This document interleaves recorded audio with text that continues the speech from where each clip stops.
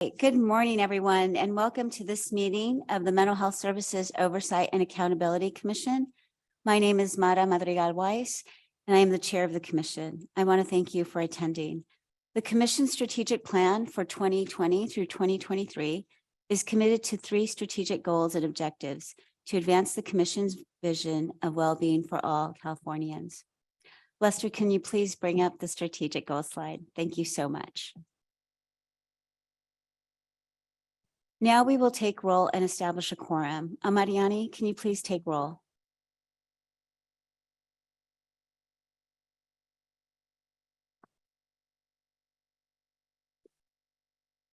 Okay. Commissioner Alvarez. I'm sorry, Vice Chair Alvarez. Here. Morning. Commissioner Bontrager. Here. Commissioner Boyd. Commissioner Brown. Commissioner Bunch. Commissioner Carnevale. Here. Commissioner Carrillo. Commissioner Chambers. Here. Commissioner Chen. Commissioner Cortese. Commissioner Danovich. Commissioner Gordon. Commissioner Mitchell. Here. Commissioner Roulette. Here. And Chair Madrigal Weiss. Here.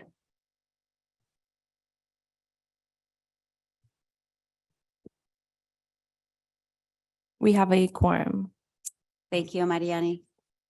So we are now moving on to agenda item number 2, announcements.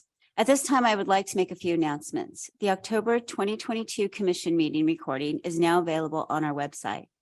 The next commission meeting will take place on January 26th, as we will not be meeting in December. And at this time, I would like to invite Lauren Quintero, Chief of Administration, to make an exciting announcement about new staff joining the commission.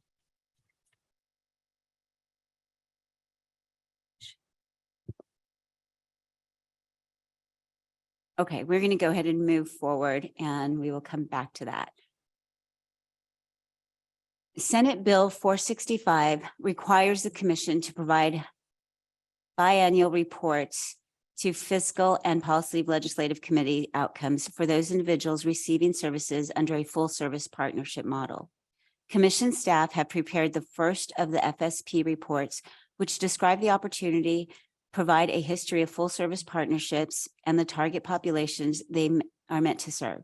The report includes an overview of the existing evidence that supports the effectiveness of full service partnerships and describes some of the current limitations of the data to conduct a rigorous statewide evaluation. Many of these data limitations have been highlighted by the Multi-County FSP Innovation Project, the cohort of 9 counties who are working to develop a shared understanding and more consistent interpretation of FSP's core components across counties, creating a common FSP framework.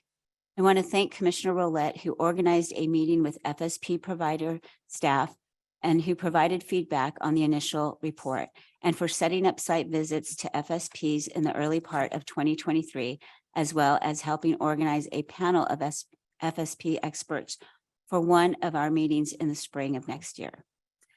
Also, before we go any further in today's meeting, I wanted to announce that we have 2 very special guests with us, one virtually and one here in person. Chair Emeritus Lynn Ashbeck and Commissioner Emeritus Ken Barrick. Today, we want to take the time to celebrate them, acknowledge their time spent at the commission, and most of all, say a big thank you for all the work and dedication that they have provided. Commissioner Emeritus Ken Barrick, founder and former CEO of Seneca Family of Agencies, was appointed to the commission by Governor Brown in 2018 to represent mental health professionals and served with us for 3 years. He served as the vice chair of the commission's Research and Evaluation Committee, and along with Chair Emeritus Ashbeck, called for the formation of the commission's Children's Committee. He has provided notable public service to local governments and communities and has been recognized for his unconditional work in serving children. His significant commitment to address equity, and to build alliances that support the needs of children, youth, and communities is outstanding and a model to us all. Chair Emeritus Lynn Ashbeck. She is the Senior Vice President and Chief Community Impact Officer at Valley Children's Healthcare. She was appointed to the commission by Governor Brown in 2016 to represent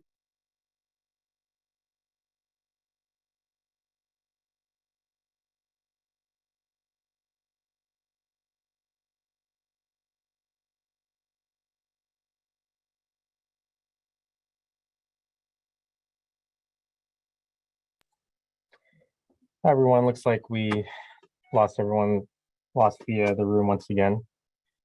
We'll see if we can get that fixed. Thanks, everyone, for your patience.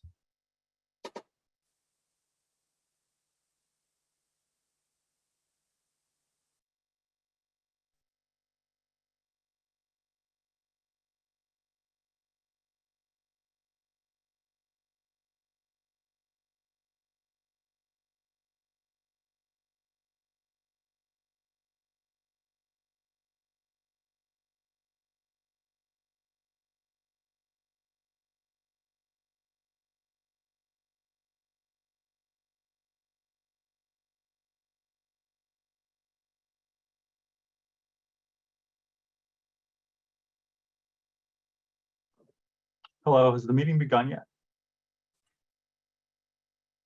Hi, Commissioner. Yes, it has. Like before, we're losing connection with the room again. They're getting it back up and running. Got it, thank you. Sure thing.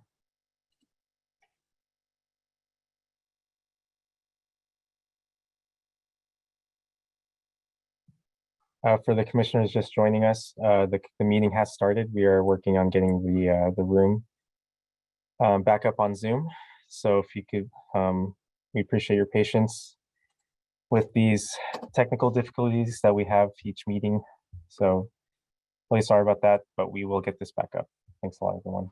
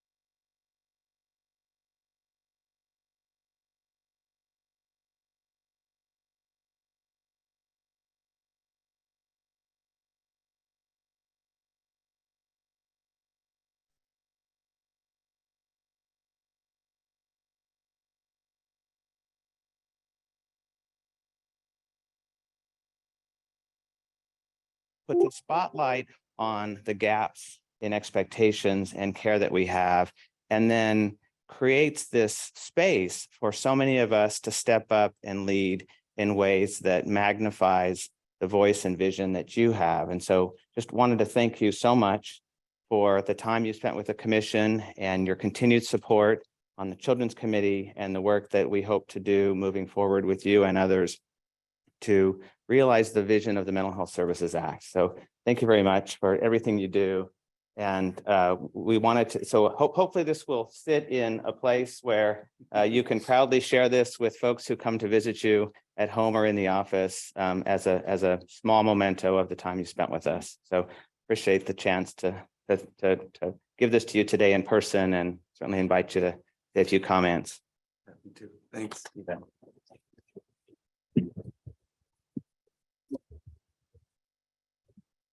Toby, I admired you when you were with the Little Hoover Commission, and in this role, I admire you even more.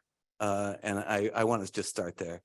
That the leadership you bring is a big part of why this organization stands apart in a way that moves an agenda. And I'll speak to my area, which is kids and families, for kids and families that cross well beyond mental health. This place is remarkable. And since I've left the commission and my work with Just Advocates, I've had a chance to take a more of a national perspective. And when you do that, you really see just how remarkable this commission and this work is. And you see how remarkable right now in this moment in time, California is.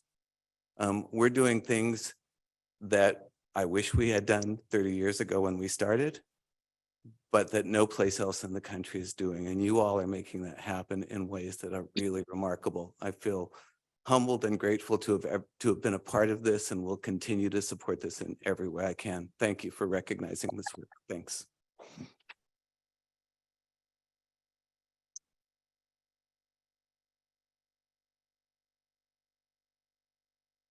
I apologize. At this time, I would like any of my fellow commissioners, if you would like to say any words to Ken Barrick. Please, Commissioner Gordon. Thank you, Chair. Ken, I just want to recognize you personally on behalf of my organization, the Sacramento County Office of Education, and all of our county offices in California for all of your leadership, thought leadership on the ground, and your continuing engagement and involvement. It's been so impactful, and we're so glad you're continuing to do it. And I just wanted to, as an aside, Ken not only does all of the work he does with school districts, the commission and other organizations, but in his spare time, he finds time to be a member of the County Board of Education and has served on the Alameda County Board of Education for some time. So congratulations, and so glad you're still on our team in this work.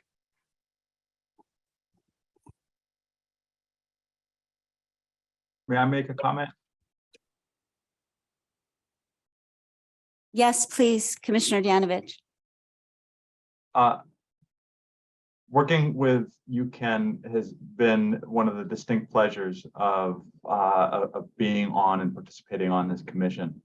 And I'm very grateful to you for all that I learned from you. For those that haven't had the fortune of working directly with Ken, I think know that Ken is somebody who sees the forest and the trees and is able to navigate back and forth between them, always with a sparkle in his eye and a sense of humor. And so he is serious in rolling up the sleeves and doing the work, but also can,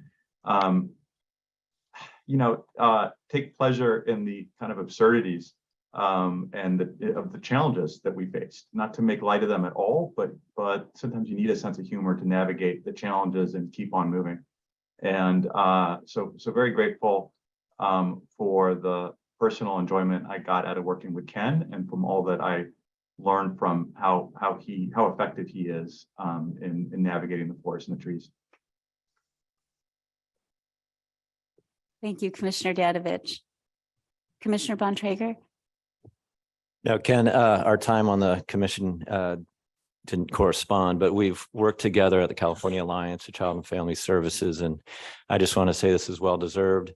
I agree with what Toby said about your humility, but I take issue with what he said about you being quiet. And I say that with sincerity because I think the best advocates are not quiet, and you're an advocate for children and families, and I'm glad you're not quiet. Thank you. Thank you, Commissioner Bontrager.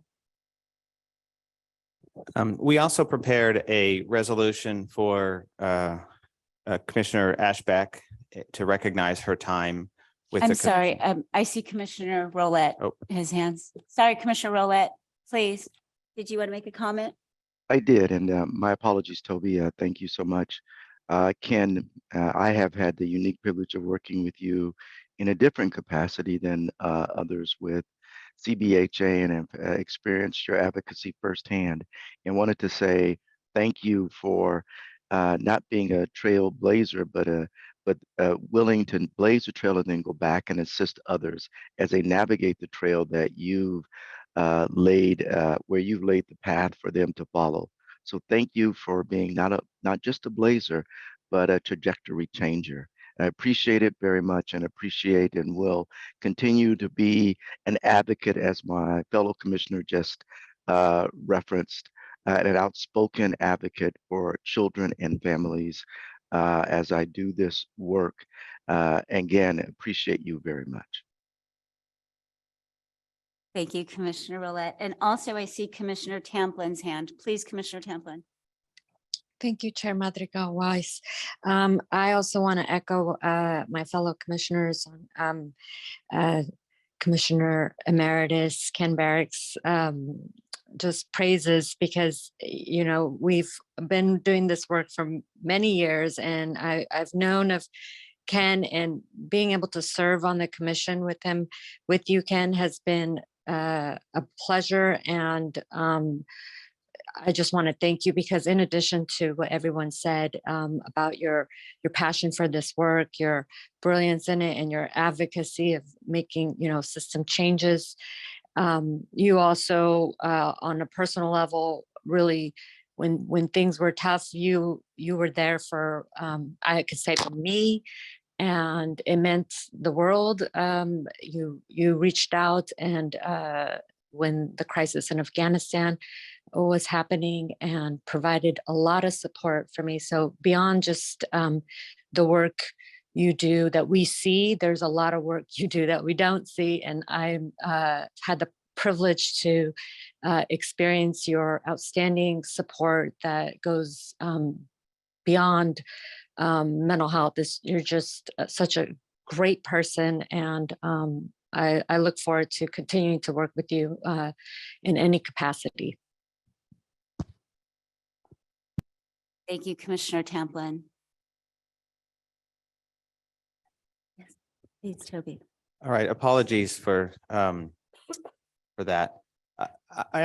We also prepared a resolution for former Chair Ashbeck, who's not able to join us in person, but is online, and wanted to just say a few words to thank her as well.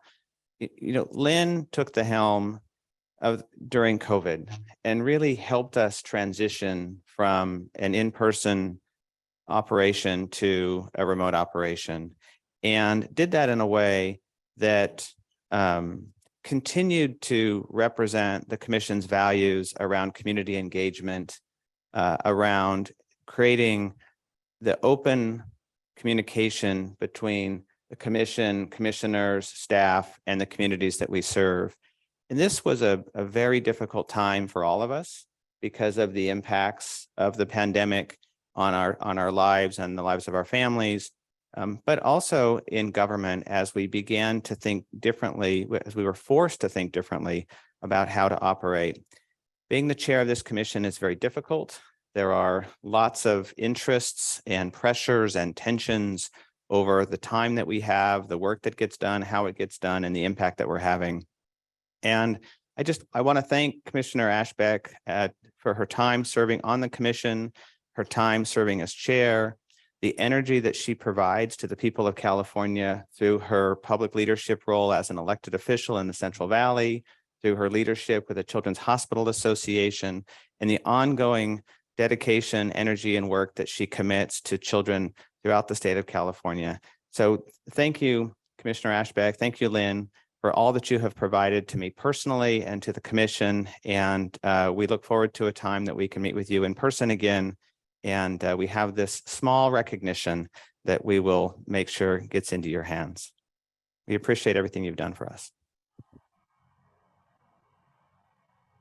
Thanks, Toby.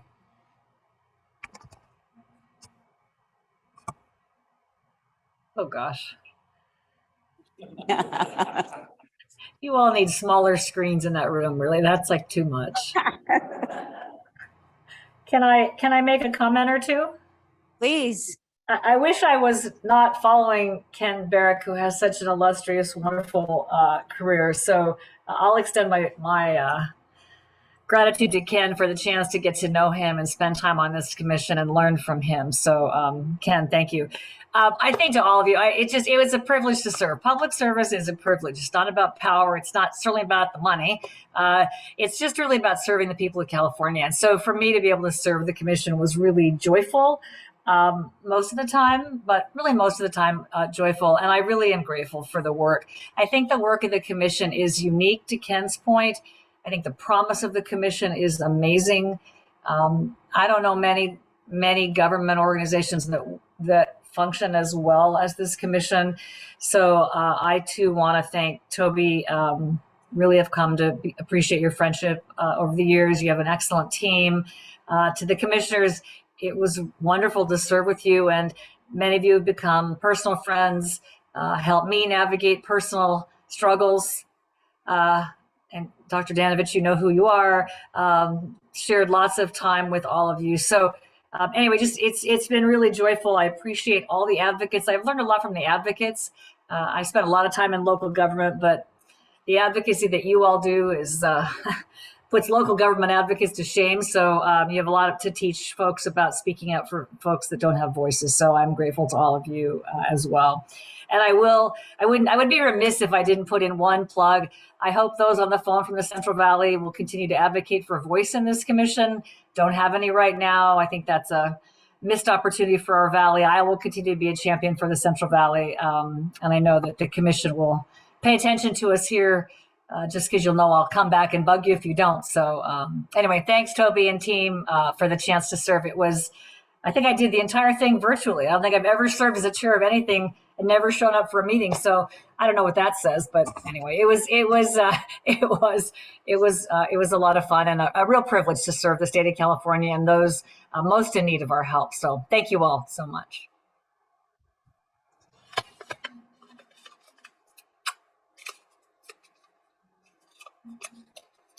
I'd like to invite any comments from fellow commissioners, either online or in person.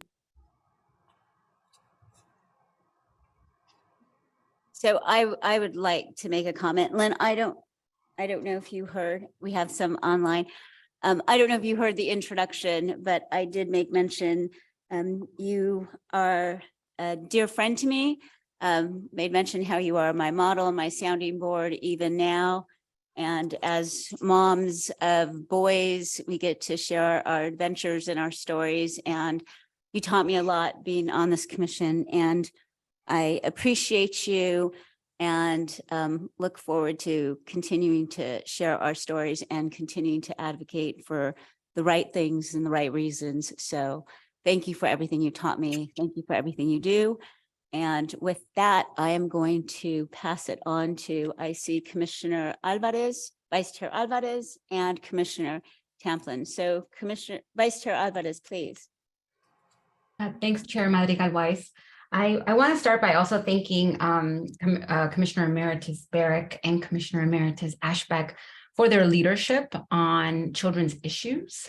Our Children's Committee wouldn't exist if it wasn't for their leadership, expertise, and really guidance on ensuring that this commission elevates children and young people as a priority, even more so than the work that we have been doing. So I just really want to commend both of them for their leadership, that it was not only here while they were part of this commission, but will be a lasting legacy that they leave behind.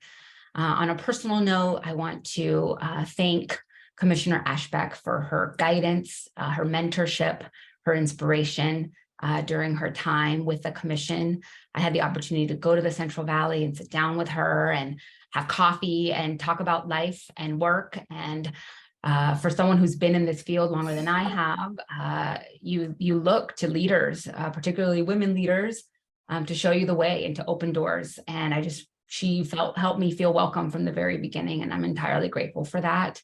And beyond that, she has always served with grace and with humor, and has really modeled for me the type of leadership that I want to embody, and that offers those of us that we serve with and those of us that we serve for the opportunity to have an open door.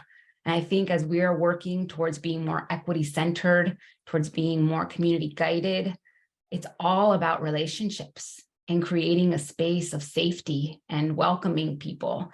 And Lynn, Commissioner Emeritus Ashbeck has always offered that to us, even in a virtual space where it can't be more challenging. I just really want to thank her for that example and that inspiration. And I'm looking forward to continuing to be inspired by her. Thank you. Commissioner Tamplin, please. Thank you.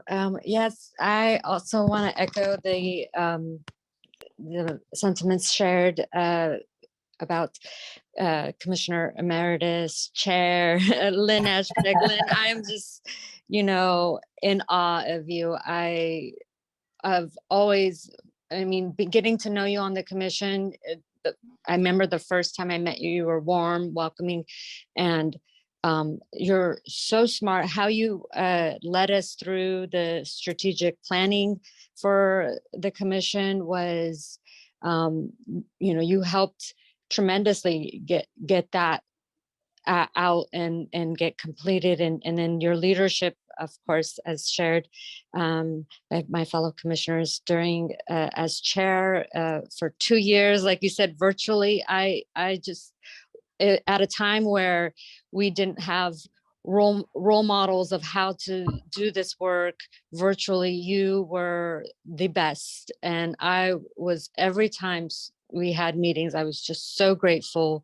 I know they were tough, and the transition was just tough for everybody, but you were really just incredible. You were kind, and as our vice chair, Vice Chair Alvarez shared, your sense of humor made those tough times really light. And thank you for your friendship and for your leadership. I really enjoyed serving with you, and just look forward to more of your leadership. Thanks, Myra. I mean, Katera, sorry, I was looking at Myra's picture. She's right above me. I'm sorry. I'm so sorry. No worries. There's double of all of you. It's super confusing. Thank you very much, Katera. Commissioner Danovich, please. Lynn, it has been a total pleasure working with you and a privilege. And I would echo the comments that both Katera and Myra made, echo Myra's comments word for word. She said, put it more eloquently than I could. But you are really an incredible leader, and the stability and intelligence and inclusiveness and openness and effectiveness that you brought to leading the commission during this incredibly difficult period of time was really invaluable. So very grateful for that. Learned a lot from how you led, and glad I got a chance to work with you so closely, and look forward to staying in touch. Thanks, Itai. Thank you all. Continue the good work. Thank you. At this time, I would like to invite public comment, or the public to please say some words if you'd like. So I would invite you to, Mariani, if you can open the lines. Yes, to if share. you would like to make any comments, please press *9 if calling in by phone, or if you are joining on the Zoom computer app, please use the raise hand function. Okay, we have right now Stacy. Your line is unmuted. You can go ahead.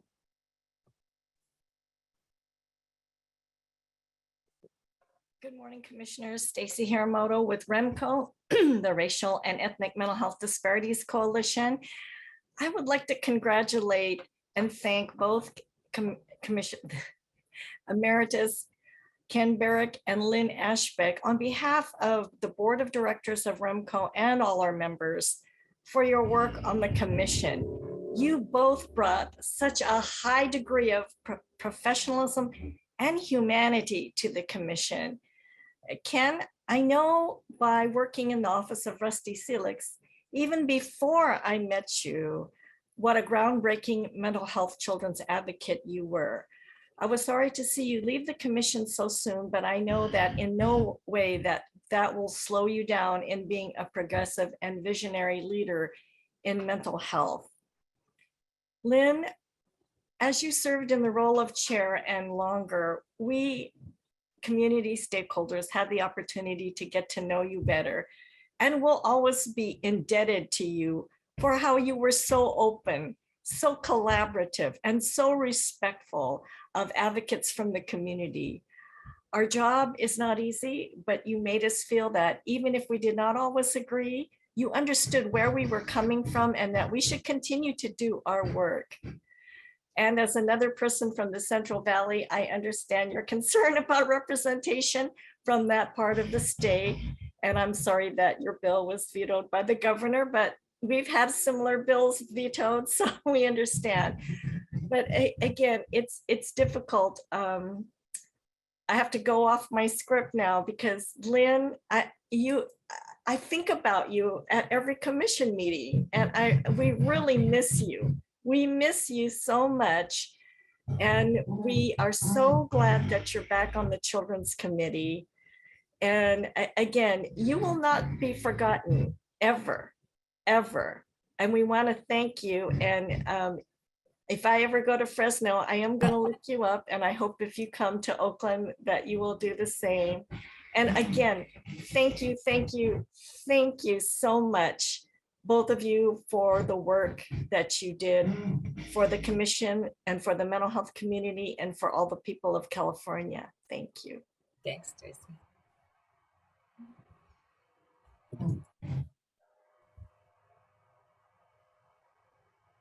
We also have Steve McNally. Your line is open. Thank you. I'm Steve McNally. I'm from Orange County. I'm on a county behavioral health board, which is has welfare institution codes 5604.2. The last member of the three-edged stool here of the OAC to the Planning Commission, Behavioral Health Planning Commission, and then to the local counties. I just wanted to echo what everyone had said, but most importantly, I think that the transparency and the safety of the space that the OAC has offered to let community members speak, and we don't always say it as graciously as some do, but I just think that it's very important. Sometimes I express to people I feel more comfortable at some of the state meetings where I make comment than I do in my own local community.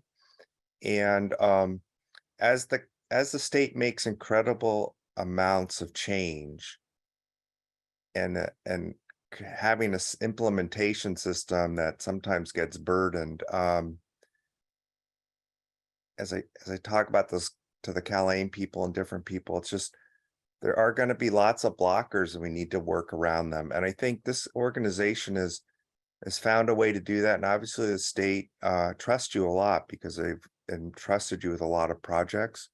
But I want to thank the two honored people and plus the rest of the commission just for creating the safe space, the transparency, posting of your information, taking the opportunity to try to get the communities involved. And for that, I just want to thank you very much. And I haven't been to Fresno in a while, but I guess Lynn's one of the 7 wonders of Fresno, and Commissioner Barrick obviously is a big proponent. So both of you helping children's, and I was just alerted that San Bernardino had used MHSA money along with other funding to do early childhood development. So we're going to be looking at that in our county as well to try to get up the prevention curve. So thank you all very much and hope you guys have a great day.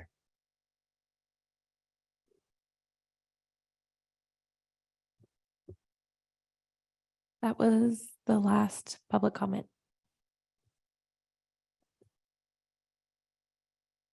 Thank you for your comments, Steve and Stacy. At this time, again, Ken, Lynn, thank you for being here. We appreciate everything you have done. And with that, we wish you well. This is not goodbye. This is, we'll see you. We'll see you soon, next meeting. So just another round of applause for our friends. So with that, I want to welcome everyone again to today's meeting. Recognizing that teleconferences can be very challenging, the plan is to end approximately 1:30 or soon thereafter. Commissioners, if you leave the teleconference meeting for any reason and decide to rejoin, please make sure you use the raise hand function so that the commission staff can make you a co-host again. If you have a comment to provide, please unmute your line and seek recognition when it is convenient. The commission will now move to agenda item number 3 and consider approval of the minutes from September 22nd, 2022 and October 27th, 2022 commission meetings. At this time, I would like to invite commissioners to offer comments or ask questions. I see no questions here in the room. Mariani, can you help me? Any questions or comments? There are none online either. Okay. So now is the time that members of the public may request to make public comment on agenda item number 3 by checking the raise hand button on your computer or on the app. If calling in by phone, push *9. Once the public comment period for this agenda item, once the public comment for this agenda item closes, then we would ask to, if you could please, if you're going to make a comment now, we will open the lines for that. So Mariani, do you want to open the lines, please, for public comment? Are there any public comments? I don't see any public comment for the meeting minutes. Okay, so then we would ask that. Do we have a motion to accept the minutes? So moved. Thank you, Commissioner Bontrager. And a second? I'll second. Thank you, Commissioner Gordon. So, Mariani, are there any other comments from commissioners? Comments or questions regarding the minutes? I have a question. Yes. We're going to do them separately, September, then October. Yes, correct. Okay. Yes. So I would ask that we go ahead and Jeff. You would take. Thank you, Madam Chair. We have a motion to approve the September 22nd, 2022 commission meeting minutes. Commissioner Bontrager. Aye. Commissioner Boyd. Commissioner Brown. Commissioner Bunch. Approve. Commissioner Carnavale. Yes. Commissioner Carrillo. Commissioner Chambers. Aye. Commissioner Chen. Commissioner Cortese. Commissioner Danovich. Aye. Commissioner Gordon. Aye. Commissioner Mitchell. Abstain. Commissioner Rolette. Aye. Commissioner Tamplin. Aye. Vice Chair Alvarez. Aye. Chair Madrigal Weiss. Aye.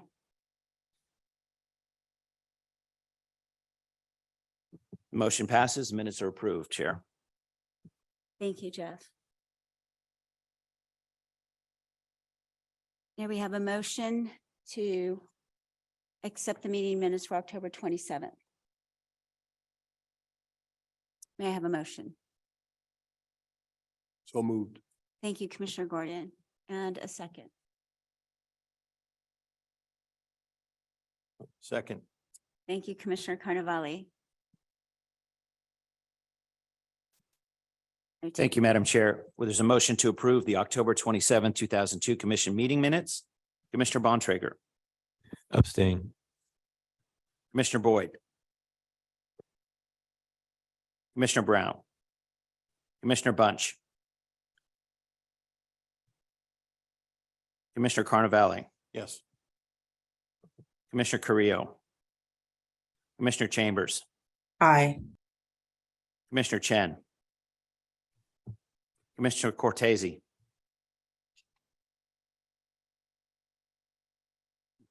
Commissioner Danovich, Aye. Aye. Commissioner Gordon, Abstain. Commissioner Mitchell, Approved. Commissioner Rolette, Abstain. Commissioner Tamplin,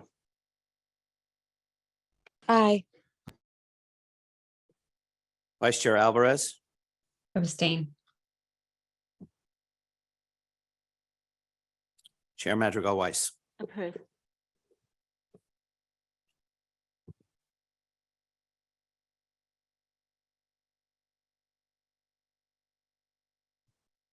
Motion passes. The minutes are approved. Thank you, Jeff. It is now time for agenda number 4, general public comment. This time is reserved for comments on items that are not on the agenda. If anyone is interested in maybe making public comment regarding the announcements or other items, please make those during the general public comment time. If you have any technical questions, please contact us at 916-500-0577. At this time, I will ask Mariani to go over the public comment procedures. All members of the public will have the opportunity to offer comment as described in the agenda. If you would like to comment on an agenda item, please wait until that agenda item starts. You may request to make public comment by clicking the raise hand icon on your computer or the app, or if calling in by phone, push *9. You will be placed in a queue to comment on that agenda item. When it is your turn to comment, the moderator will unmute your line and announce your name or the last 3 digits of your telephone number. When you are unmuted, we are able to hear you. We will do our best to take comments in the order they are received. Please note, once the public comment period for the agenda item starts, we will close the public comment queue, so please make requests to comment now. The moderator will insert the word "last comment" next to the commenter's name or number to identify the last public comment. Members of the public should be prepared to complete their comments within 3 minutes or less, depending on time constraints. When we have reached the end of your time, our staff will let you know, but we will let you finish your thoughts. We don't mean to cut you off, but we do want to help everyone keep time. We truly appreciate your understanding with this process.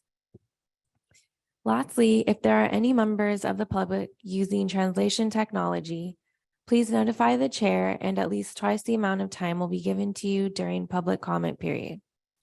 A live meeting transcription or closed captioning is available for anyone participating in the meeting. If that option is not currently visible, please activate the closed captioning feature located in the control bar at the top or bottom of your screen. Chair, I hand it back to you. Thank you.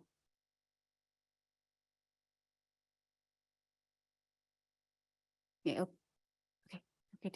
So in the room, we have 2 public comments. First, we have Mia.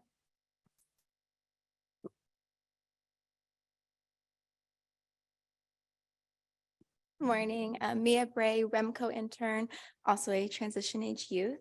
And I want to thank the chair of the Client and Family Committee, Commissioner Tamplin, as well as all the committee members for facilitating such a great meeting earlier this week.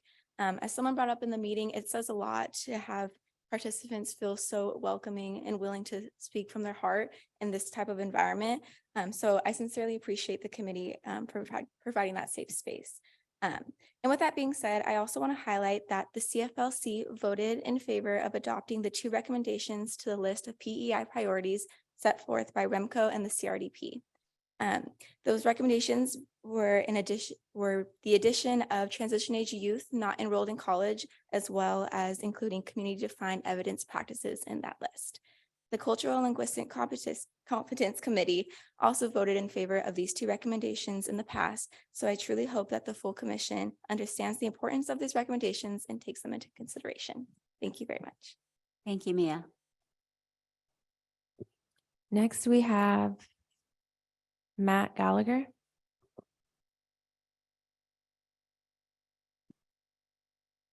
Morning, Commissioners. Matthew Gallagher. First and foremost, I want to thank you for being here today. I also want to thank the commissioners who are here remotely. Obviously, at the last meeting, we didn't have a quorum, and that was truly problematic. And I know you're all volunteers with families, other obligations. And so I do want to thank you for being here to do the people's work. Because without you, the commission can't function and mental health system transformation really isn't possible. So I do want to thank you for that. That said, there are a couple concerns I do want to bring to your attention. The first remains and always will be accessibility. I'm here in person today because I've had a tremendous amount of difficulty hearing these meetings online. I am hard of hearing, not enough to qualify as a disability, but I've struggled to hear these meetings online. And I know that there was just a discussion about closed captioning, but at the last meeting, my closed captioning function would not work or operate. I bring this to your attention because of others with severe mental health conditions and challenges, as well as other individuals who do qualify for protections under the ADA. These are concerns that you should care about, concerns that must be brought to your attention, and something I hope you will consider and look into going forward. The second concern is that, as Mia just mentioned, this is a space where people are open and able to bring their concerns and their difficulties they're seeing in their communities. Whether you like it or not, one of your obligations is to oversee the mental health system of care for prevention, intervention, adults, and children. And your name is the Oversight and Accountability Commission, so often people bring those concerns to you. And I hope you will continue to provide a forum and a space for people to bring those concerns to you without fear of retaliation, or censorship or things of that nature. Unfortunately, what we see in our communities is very little oversight and accountability. That's why the unmet needs remain and persist and are ongoing. And so we bring those to you for you to do something about it. And we hope and continue that you will provide a space for us to do that. And it will be a welcome and rich environment where we can truly promote mental health system transformation. So thank you for your time. I appreciate your efforts. Thank you, Matthew. Online, we have 3 public comments. Richard, your line is open. You can go ahead. Hello, Richard Geller from Santa Cruz, California. At the last CFLC meeting, I had trouble being able to link into the meeting, but thanks to Toby's assistant, she was able to troubleshoot. Unfortunately, I was only able to join the last half hour of the meeting. The captioning was not on. I was not able to use the feature on my end to be able to use the captioning because I am hard of hearing and a person with lived experience. And the second thing is to remind the commissioners regarding Care Court that MHSA funding is not intended for Care Court, just to keep you on the radar with that. Thank you. Have a great one, everyone. Stay safe. Thank you, Richard.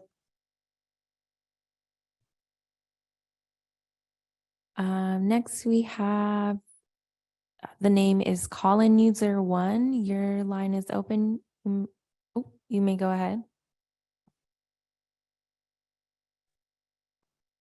Okay. Next, we have Steve. Your line is open. You may go ahead. Hi, thank you very much for allowing me to speak today. My name is Steve Dilley, Executive Director of the Veterans Art Project. I'd just like to share with the Commission on October 13th, we had a wonderful pop-up art cafe on the west steps of the state capitol.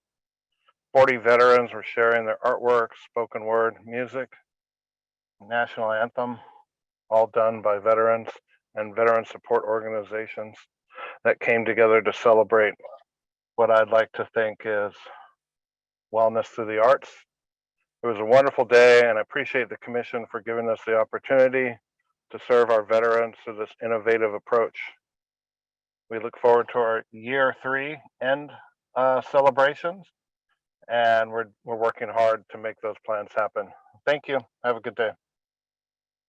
Thank you, Steve.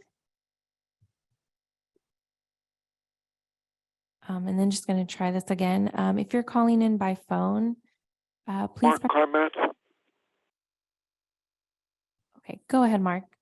Basically, I wanted to mention that let me Dan Fisher mentioned from the Alternatives Conference that possibly we might have the peer support become federal law. They want to introduce that into that milieu. So that's my comment for right now. Thank you, Mark. You're welcome. Okay, that was our last public comment. Thank you, Mariani. Thank you for your public comments. At this time, we will now move on to agenda item number 5, nominations for chair and vice chair for 2023. We will be entertained for the commission to vote on the nominations. I will ask, Chief Counsel Jeff Margolis to facilitate the process. Thank you, Madam Chair. Each year, the commission elects a chair and vice chair in the last quarter of the year to serve in the following calendar year. These terms are 1 year. We will handle elections for chair and vice chair separately and follow the same process for each. What we will do is we will open the floor for nominations for chair. We will then take candidate statements, and finally, we will vote. And we will do the same thing for both chair and vice chair. And we will begin with chair. So with your permission, Madam Chair, we'll open the floor for nominations for commission chair for 2023. I'd like to nominate our current extraordinary chair, Madrigal Weiss, to continue on for another year.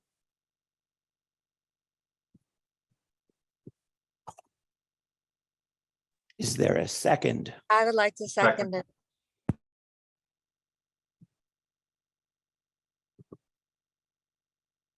There's a motion and a second for Commissioner Madrigal Weiss to serve as chair in 2023. Are there other nominations for chair?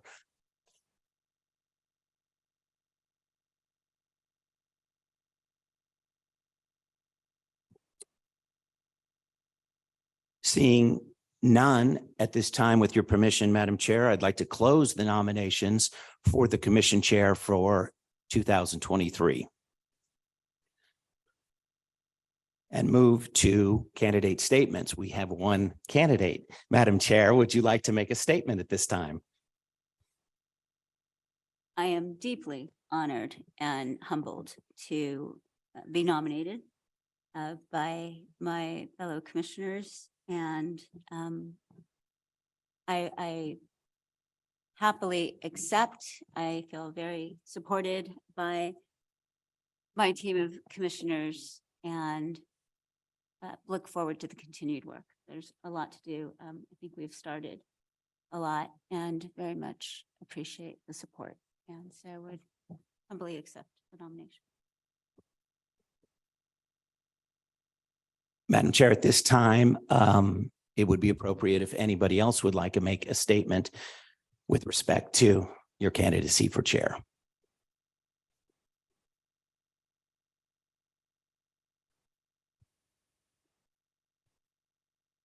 It appears. Do we have a public comment, Mariani? Oh, actually, we do. Vice Chair Alvarez just raised her hand online. I did. Can I go ahead and speak? Okay. Hi.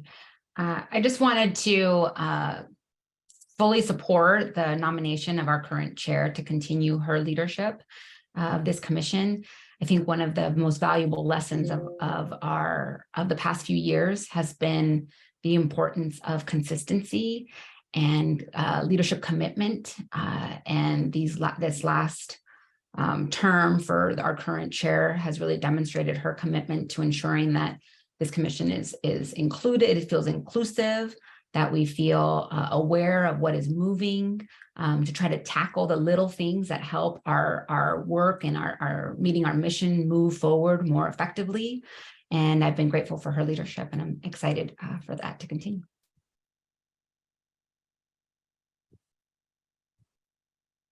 That appears to be the only comment at this time. Well, maybe not. Sorry, I just came in. Chair Madrigal-Weiss, I'm just so excited and congratulations on serving another term, that you've led this commission with grace, kindness, and your passion for this work shows through, and how you embrace everybody and all the issues that come up, and how you really hold the space. I mean, talking about Mia talked about safe space in these meetings throughout the commission, but how you also facilitate these meetings is a role model for all of us. And you're an incredible leader, and it's wonderful to have you continue leading the commission. Thank you. I just want to add, actually, also, I know personally, it has not been easy. You've gone through some tough times personally, and to step in and continue when we needed you is beyond my, I'm just so grateful for you. So thank you for doing everything you do.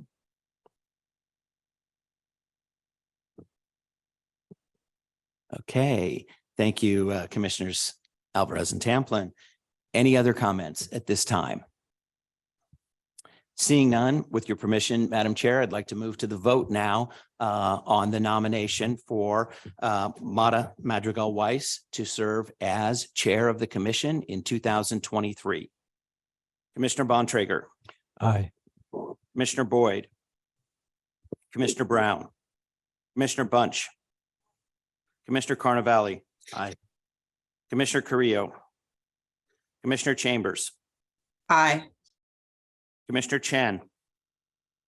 Commissioner Cortese. Commissioner Danovich. Aye. Commissioner Gordon. Aye. Commissioner Mitchell. Approved. Commissioner Rolette. Aye. Commissioner Tamplin. Aye. Vice Chair Alvarez. Aye. Chair Madrigal-Weiss.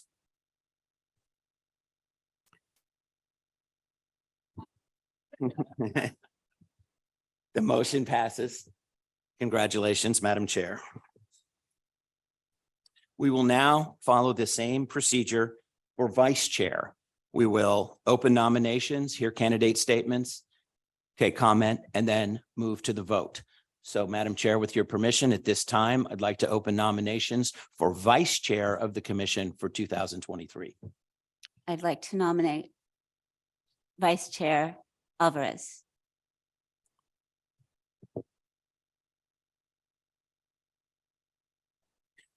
We have a nomination and a second for Myra Alvarez to serve as Vice Chair next year. Are there other nominations?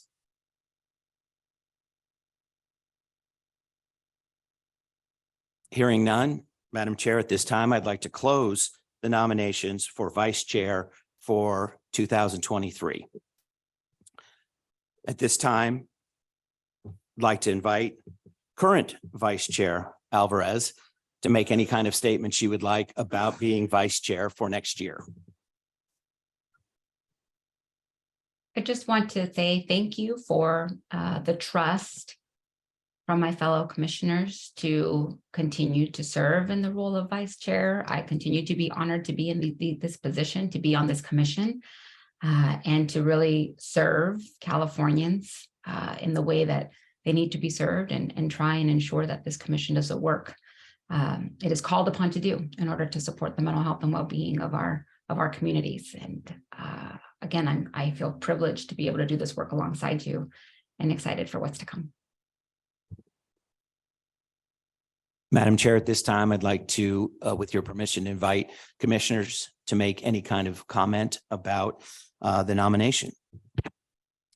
I just wanted to say, I really appreciate, 1 year is too short, and having strong leadership with consistency here, I think, is essential. And I appreciate the commitment and the sacrifice both of you make to continue in these roles. Thank you.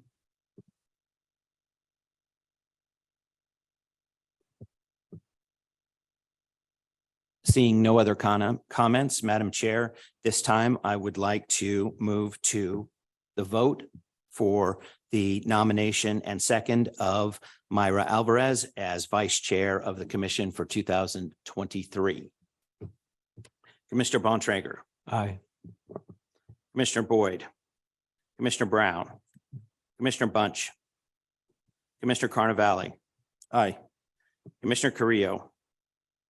Commissioner Chambers. Aye. Commissioner Chen.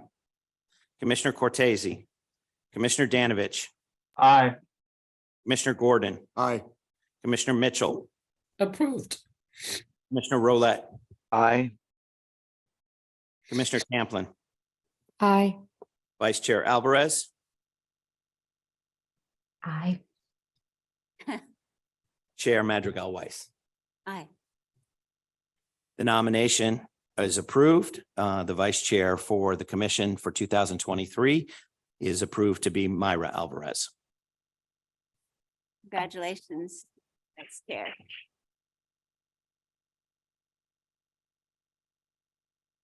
At this time, we would like to invite members of the public to make comment regarding this agenda item. So please, Mariani, would you open the lines?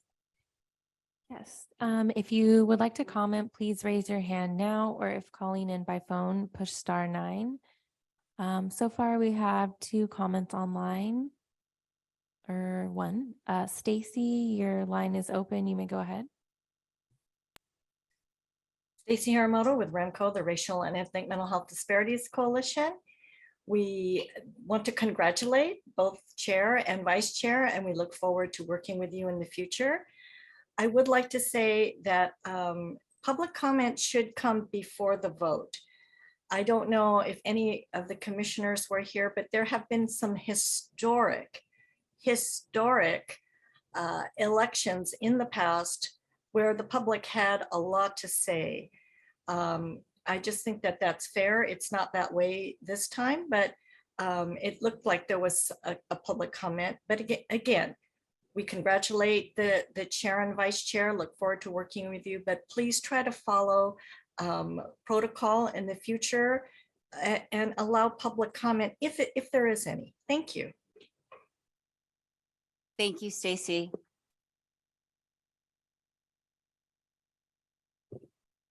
That was the last one. The other person lowered their hand.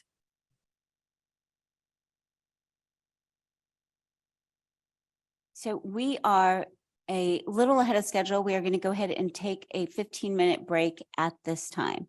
So let's break for 15 minutes. Thank you, everyone.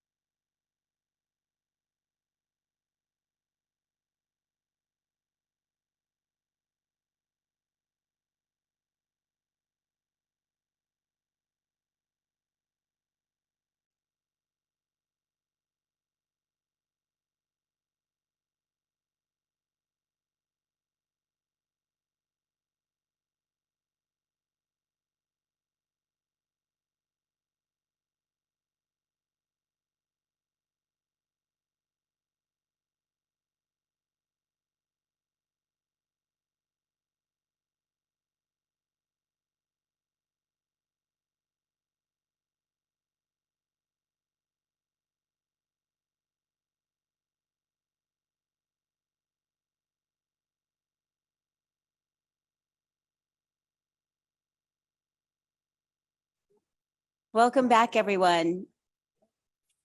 It is 10:25. We're going to go ahead and get started. So we are now on agenda item number 7. This item was presented at the October 27, 2022 commission meeting, and there are no changes. However, a short summary will be provided and the project will be offered for your consideration. Materials on this agenda item have been provided in your packet. We will now hear from Sharmel Shah, Chief of Program Operations. Please go ahead, Sharmel.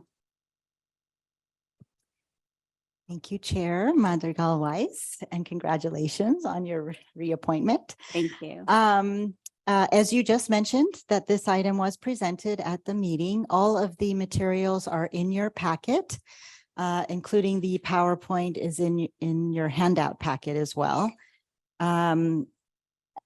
Amy Miller from Cal Mesa had a conflict, so she has designated Don Kaiser, who is on the call if you have any questions after my short summary of what was presented last month. So what I'm presenting on today is the semi-statewide Enterprise Health Record Innovation Project. Humboldt, Sonoma, and Tulare counties are seeking approval to use innovation funds to partner with the California Mental Health Services Authority, Cal Mesa, on the semi-statewide Enterprise Health Record Innovation Project, along with approximately 20 other counties. This project is designed to affect local level system change by creating a more integrated, holistic approach to county health information technology collection, storage, and reporting. The overall goal is to increase the quality of mental health services, including measurable outcomes, and promote interagency and community collaboration. As Dr. Miller had mentioned last month, these 23 counties collectively are responsible for approximately 4 million of the state's Medi-Cal beneficiaries. And counties have prioritized this innovation project in response to the severe behavioral health workforce challenge that they face, in hopes that they can preserve the current workforce and improve the quality of services, especially during this time when mental health services are needed so desperately. Cal Mesa had identified 3 key aims for the project: to reduce documentation burden by 30%, to facilitate cross-county learning by standardizing data collection, and form a greater economy of scale so counties can test and adopt innovative practices with reduced administrative burden. This project hypothesizes that reducing the impacts of documentation will increase provider satisfaction and employee retention and improve overall patient care and outcomes. They plan to engage the counties collaboratively to design a lean and modern EHR system to meet the needs of California counties. Through the key principles of the project are enterprise solution, which is an acquisition of an EHR that supports the entirety of the complex business needs, collective learning and scalable solutions, leveraging CalAIM and all of the new changes there, lean and human-centered design, and interoperability. Commission staff have shared this project with its 6 community partner contractors, its listserv, and both the client and family leadership and cultural linguistic competence committees on 4 separate occasions. Again, as mentioned, the items are in your packet, and so I am going to move to a motion to approve each of the EHR innovation plans as follows. And of course, if there are any questions, please. So at this time, I would like to invite commissioners to offer comments or questions. So does the current software meet all the federal interoperability rules at this present time? I will invite Don Kaiser from Cal Mesa. Lester or Cody, if we can unmute Don to answer that question, please. And Sharmel, Amy Miller is actually on the line and she would like to respond to the question. Okay, thank you, Amy. Go ahead. Can you hear me? Yes? Yes. Yes, we are meeting all the interoperability requirements that are required federally and as part of BHQIP as part of this project. So part of those interoperability rules include, is patient access interoperability. So are you guys then working with like specific vendors for APIs so patients can then get access to their own records? Yes, so that's part of the CMS information blocking standards. So we don't particularly have to work with a vendor to give patients access to their records. We have to have the APIs set up to allow access. And we'll be meeting that functionality as well as developing a patient portal as part of this project where sort of native to all county users, they'll have access to their records as well. Does that respond to your question? Yeah, that's perfect. Thank you. I had a question. Please. So I don't know a lot about this area, so I have no judgment about it other than it sounds like the right idea. But how does this compare to what else is being done in the state? Is this more advanced, less advanced? Is this a similar kind of an implementation that other counties are doing? What just kind of benchmarking against best practices elsewhere would be useful. I think the important thing to say is that it's different. Sort of the innovation layer around this project is counties working together collectively. So I talked about where I came from in the last meeting, but I used to run a medium-sized county and I cared deeply about technology and could accomplish sort of a fraction of my goals because I didn't have enough IT staff or frankly, money or economy of scale to achieve these things. The aim of this project is to bring counties together so we can take on more ambitious projects, achieve more, keep up with the rapid pace of change in a way that counties alone wouldn't be able to do so, especially in light of the workforce shortage.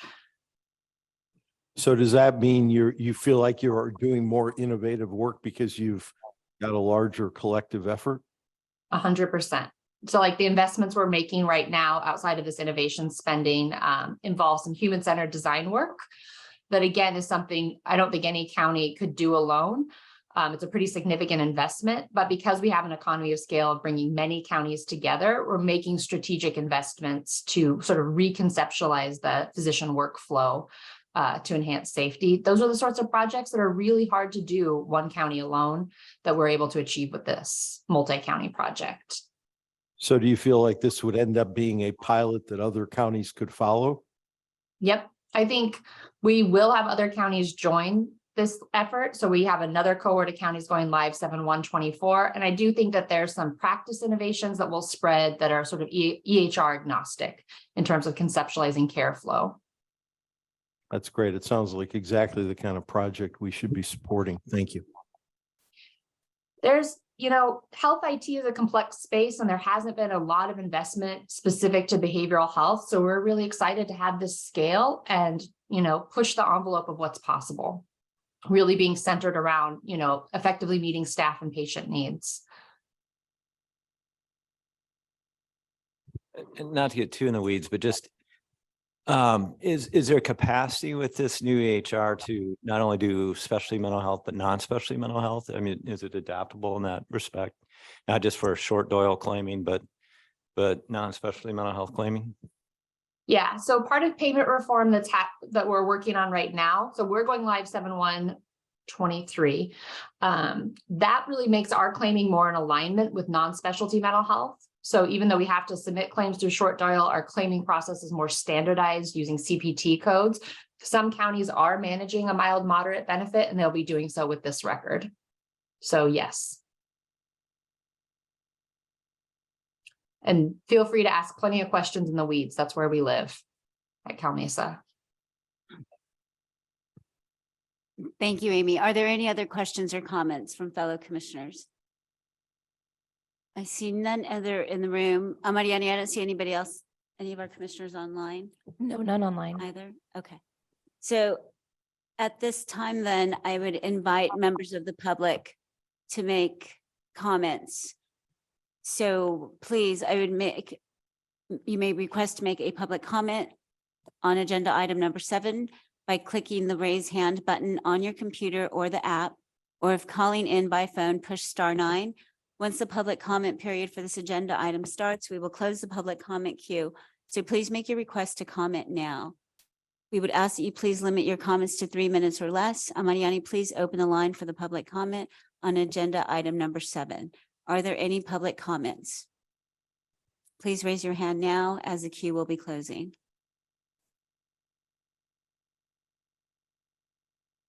I see no public comment right now. And were there any requests for a public comment in the room? Oh, yes, we have Matthew Gallagher.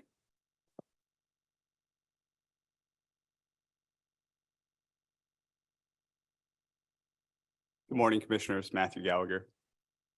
I'd like to begin my public comment with a question, which is this project consistent with this commission's goals for innovation, which we'll discuss later in today's agenda? And the reason I ask you that is because let's be clear what this innovation project doesn't do. It doesn't provide greater services to our BIPOC communities. It doesn't provide services to our LGBTQ communities. It doesn't invest in crisis respite. It doesn't invest in providing greater services to our unhoused communities. It's an investment in infrastructure that is largely already required under CalAIM, advancing and innovating Medi-Cal. There is a separate provision of the MHSA which allows counties to do that, capital needs and investments. But here, counties are coming together to use their innovation dollars for infrastructure, not for services. And I just ask that you consider and look at what this commission is doing around the use of innovation funds, which we're going to discuss later. Because the more we continue to use these dollars for infrastructure to build out databases rather than providing services, I question whether that is consistent with this commission's goals, as illustrated in the report we'll be discussing later. Thank you. Thank you, Matthew. And then that was our last public comment in room as well.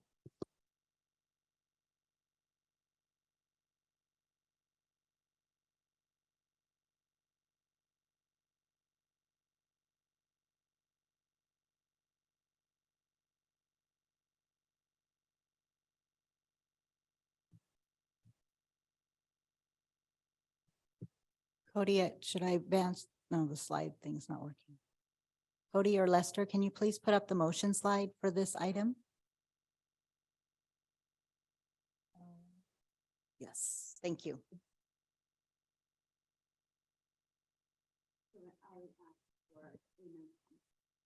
I would move that we approve the motion as expressed here.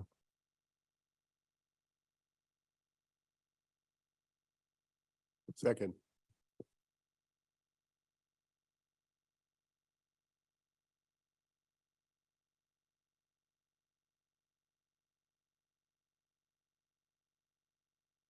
No, none online.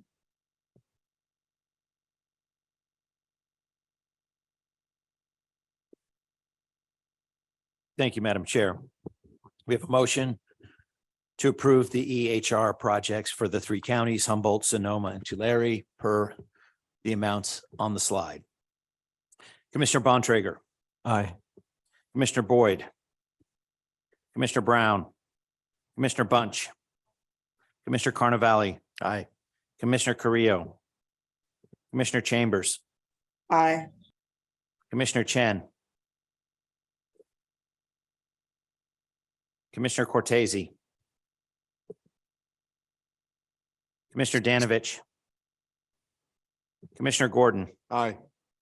Commissioner Mitchell. Abstain. Commissioner Rolette. Abstain. Commissioner Tamplin. Aye. Vice Chair Alvarez. Aye. Chair Madrigal Weiss. Aye. Your motion carries. The plans are approved. Passes, excuse me. Thank you, Jeff. Next, we will move to, I'm sorry, I apologize. Amy, I want to thank you for being here and ready to answer the questions. I know you presented last month, so thank you for being here.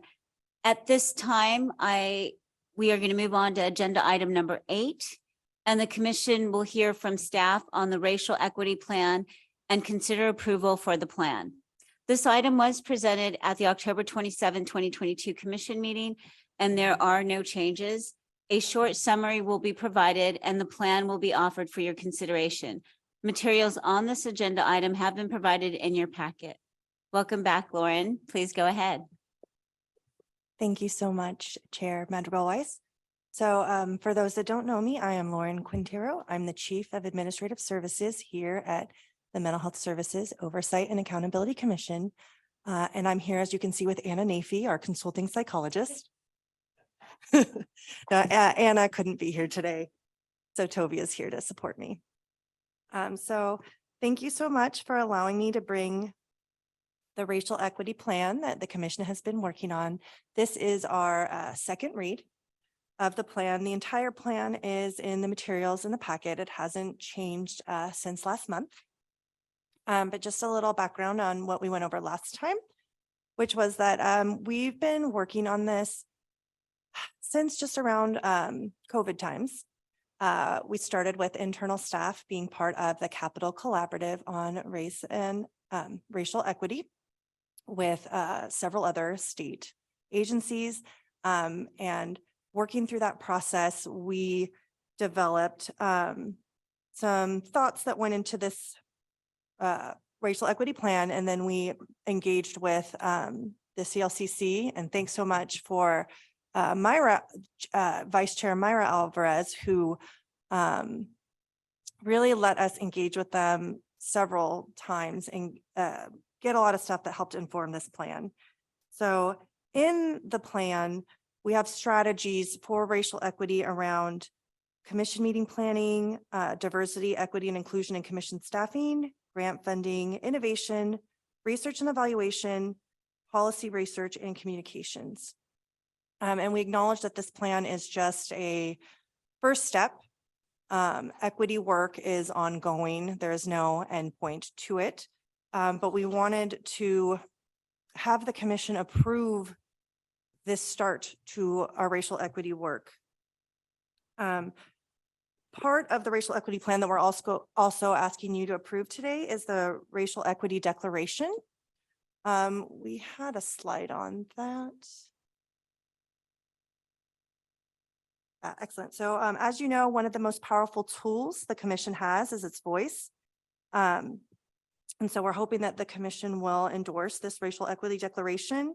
It marks our commitment to the overarching goal of racial equity in California's mental health system. And so I'm not going to read the declaration because it's quite long, but it is in the packet and it's on the screen now.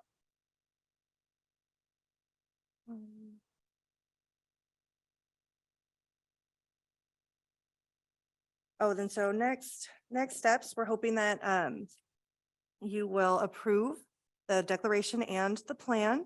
And then we intend to do more work in collaboration with other state departments to further this effort, as well as doing ongoing engagement, hopefully with CLCC, other state agencies, the newly developed Racial Equity Commission that Gavin Newsom has created.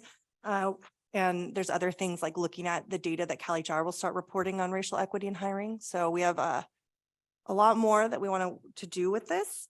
But we were hoping that this first plan could get approved as like our jumping off point. If you have any questions, please let me know. I have more of a comment, I guess. I can't figure out if I'm more disappointed that we need this or that we are just getting around to it. I mean, I would hope that it's kind of a given that we're looking at everything through a racial equity lens, but we aren't and we haven't been. So I'm glad we're doing this, but again, I'm just disappointed that we're just now getting around. Yeah, we're making it explicit now. Just the nature of current events and the governor stuff and the cohort. The cohort was newer, and having that helped staff know where to begin. Sometimes I think when something is so entrenched and huge, it's overwhelming to even know how to start. And so, I don't think anyone's not wanted to do things equitably, but explicitly crafting a plan, knowing where to begin is hard. It was hard for us. And so that collaborative with the other state agencies really brought us together, and we were all kind of struggling through how to even begin to speak about it. And that's why we acknowledge that there's going to be a lot more to add to it. There's a long way to go. But, you know, we had to start somewhere, and it should have already been, fully entrenched. I agree with that completely. But we just didn't having those extra tools and support from that cohort got the ball rolling for us. And so that's why it's taken, that's why it's happening now.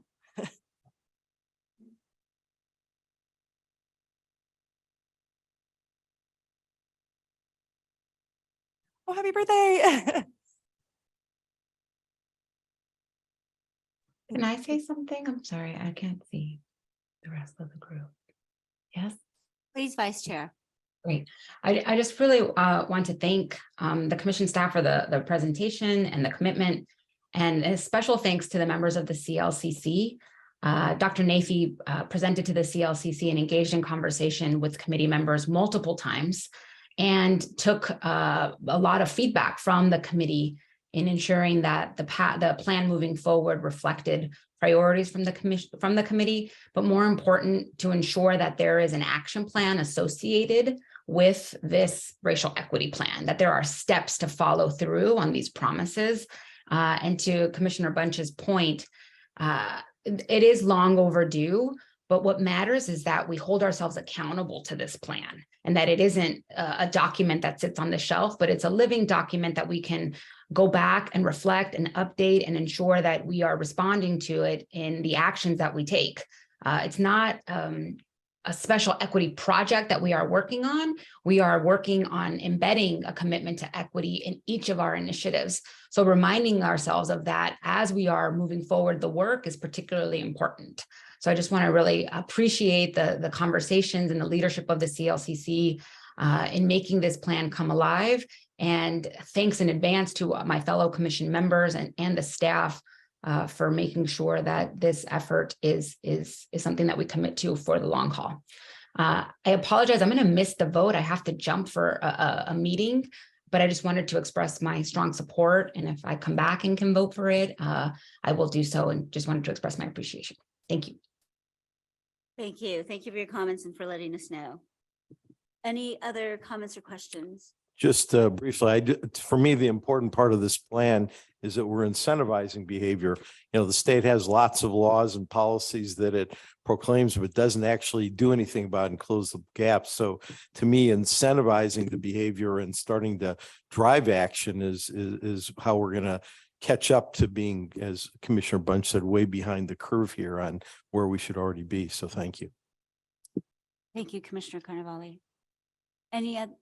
Yes, please, Commissioner Bontrager. Just, you know, in my world, DHCS is requiring all Medi-Cal managed care plans now to have DEI officers, and in the new contract, health equity is a new position as well, and it permeates the new Medi-Cal contract going forward. So it's encouraging to see this. But one thing I want to ask is, you know, what here at the OAC, what have we done organizationally to kind of, you know, make this actionable? You know, we don't want these just to be nouns, but actually verbs where it's actions being taken. So I just wonder if, what are we doing organizationally here? We're debating over who has to answer that question, Commissioner. So just to recount the process a little bit, we joined the second cohort of state agencies. I think there were 9 departments in this first cohort to work through this process, which was a collaboration led by the Governor's Strategic Growth Council. And so, you know, first, what this really is a sort of an assessment of where we are and recognizing some of the deficits, admittedly, right, that we need to work on, and charting out a path of how to make progress. And where important, we point out that we're not exactly sure what a best practice is. We still have a lot of learning to do, but with a goal of trying to embed this perspective of equity into all aspects of the commission's operations. So, but prior to this, the commission has been very explicit in a number of ways, thinking about some of the tools that we have. So, for example, several years ago, the commission solicited advocacy funds to focus explicitly on reducing racial and ethnic disparities, right? We solicited advocacy funds to explicitly focus on advocacy for the LGBTQ community, in addition to the advocacy that we support for children, youth, adults, veterans, and other entities.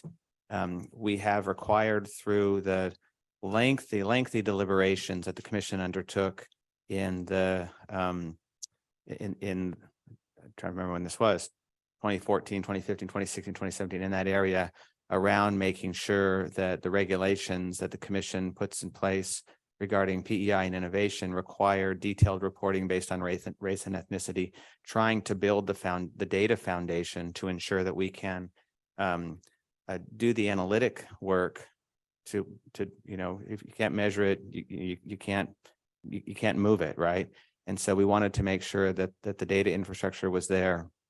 Those regulations are in place, but actually getting the data through an electronic data system is not yet available. So, I think the commission has done a number of things in terms of how we can ensure that the decisions that we're making really do elevate equity and reductions in disparities. But as evidenced by the plan in front of you, we have a long way to go. I think our biggest challenge isn't the concern about whether or not this is important, because it's been important. It's the question of having clear guidance on how to move forward in a way that's aligned both with best practices in the space and with the constraints as a public agency that we're required to follow. The concentration of the discussions with the process that we went through really focused on personnel and hiring. And so we've tried to go beyond personnel and hiring and really focus on procurement, research, grant making, convenings, all of the things that we've tried to do. That has been admittedly more difficult during isolation and COVID. In the past, we have been very explicit about community engagement strategies where we've had public forums that have had simultaneous translators in 4 or 5 languages at once. And I just mentioned that as an expression of how hard we have worked in the past in public to bring in diverse communities. We haven't been able to do that over the last 3 years. So there's a lot of work to do, admittedly, as outlined in this document.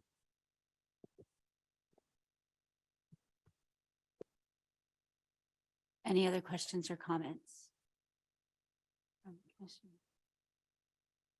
Okay, I see none. So thank you, Lauren, Toby. At this time, I would like to ask for any public comment. So Mariani, if you would please open the line. Yeah, we have one in-room comment, Matthew Gallagher. Thank you. Please, Matthew. Matt Gallagher. I just have a question, and obviously I don't think you have an answer, but if the commission is truly committed to racial equity, I think we should start by saying the commission's allocated close to $700 million in innovation funds. How much of that money has gone to services for our Black and brown communities? If we're really about racial equity, should we not look at the history of what the commission has done and then make step forwards to address those issues?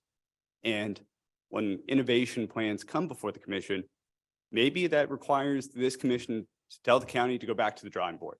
Go include members from your Black and brown communities and come together to actually develop plans to provide services to these communities. We know the unmet need is tremendous. We know that they feel left out in this process. And where it's unclear if the funds are going to serve these communities. And what we hear a lot of in the communities is there's a lot of talk, but very little action. The best way to require action is to require that the funds be used to provide services in these communities. And I respectfully ask that you look into that. Thank you. Thank you, Matt. So I know that that's part of the action plan in reading this, but Toby, could you address what Matt had mentioned? Yeah, I appreciate that. So the commission does require, as part of the planning process, community engagement, and we do ask questions in the analytic framework around innovation plans. in some cases that's really explicit, that, that might be a little more challenging in terms of something like an investment to reframe electronic health records. Certainly, we can talk about how electronic health records would be able to capture data around race and ethnicity and be able to use that data to do the analytic work that's so important to see if systems are actually responding to inequities and disparities. But I also want to highlight that one of the most successful innovations from the perspective of its ability to scale is the Solano County innovation, where they started with an investment in understanding which communities were most being left behind. And they identified the Filipino, Latino, and LGBTQ as what they described as the communities that had the lowest penetration rate, meaning the least likely to access care. And through an aggressive engagement process with support from the Center for Reducing Health Disparities at UC Davis, we're able to increase participation in county programs by over 600% in some instances. And the commission has supported and is providing funding using some of the COVID funds that you allowed us to set aside. We're funding an engagement process where 40 counties are now learning from the Solano County project.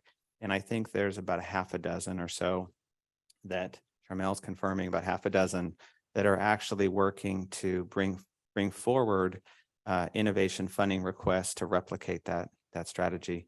So I think I don't see a lot of disagreement with the concerns that Mr. Gallagher has raised about walk the talk.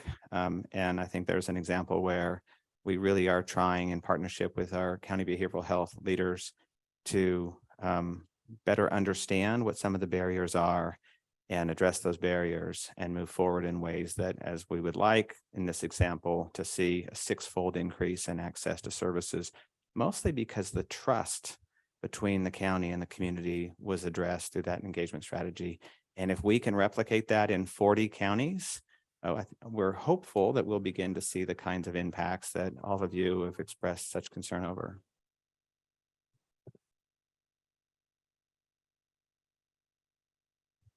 Yes, we also have one on Stacy.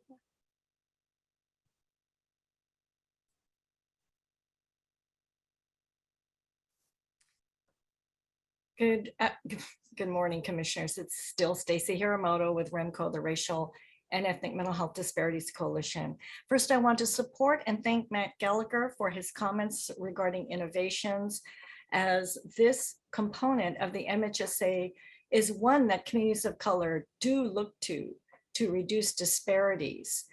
I would like the commission to think of your plan as the floor, not the ceiling. As I said at the last commission meeting when this plan was presented, I don't feel it is an ambitious plan. It lays out good practices that should already be taking place. REMCO is hoping that the commission leads the way for counties and other entities in terms of racial equity within your own workings and your own commission. I know this is important to many of you. It is wonderful that you did get input from the Cultural and Linguistic Competence Committee, but you did not bring this final plan before them.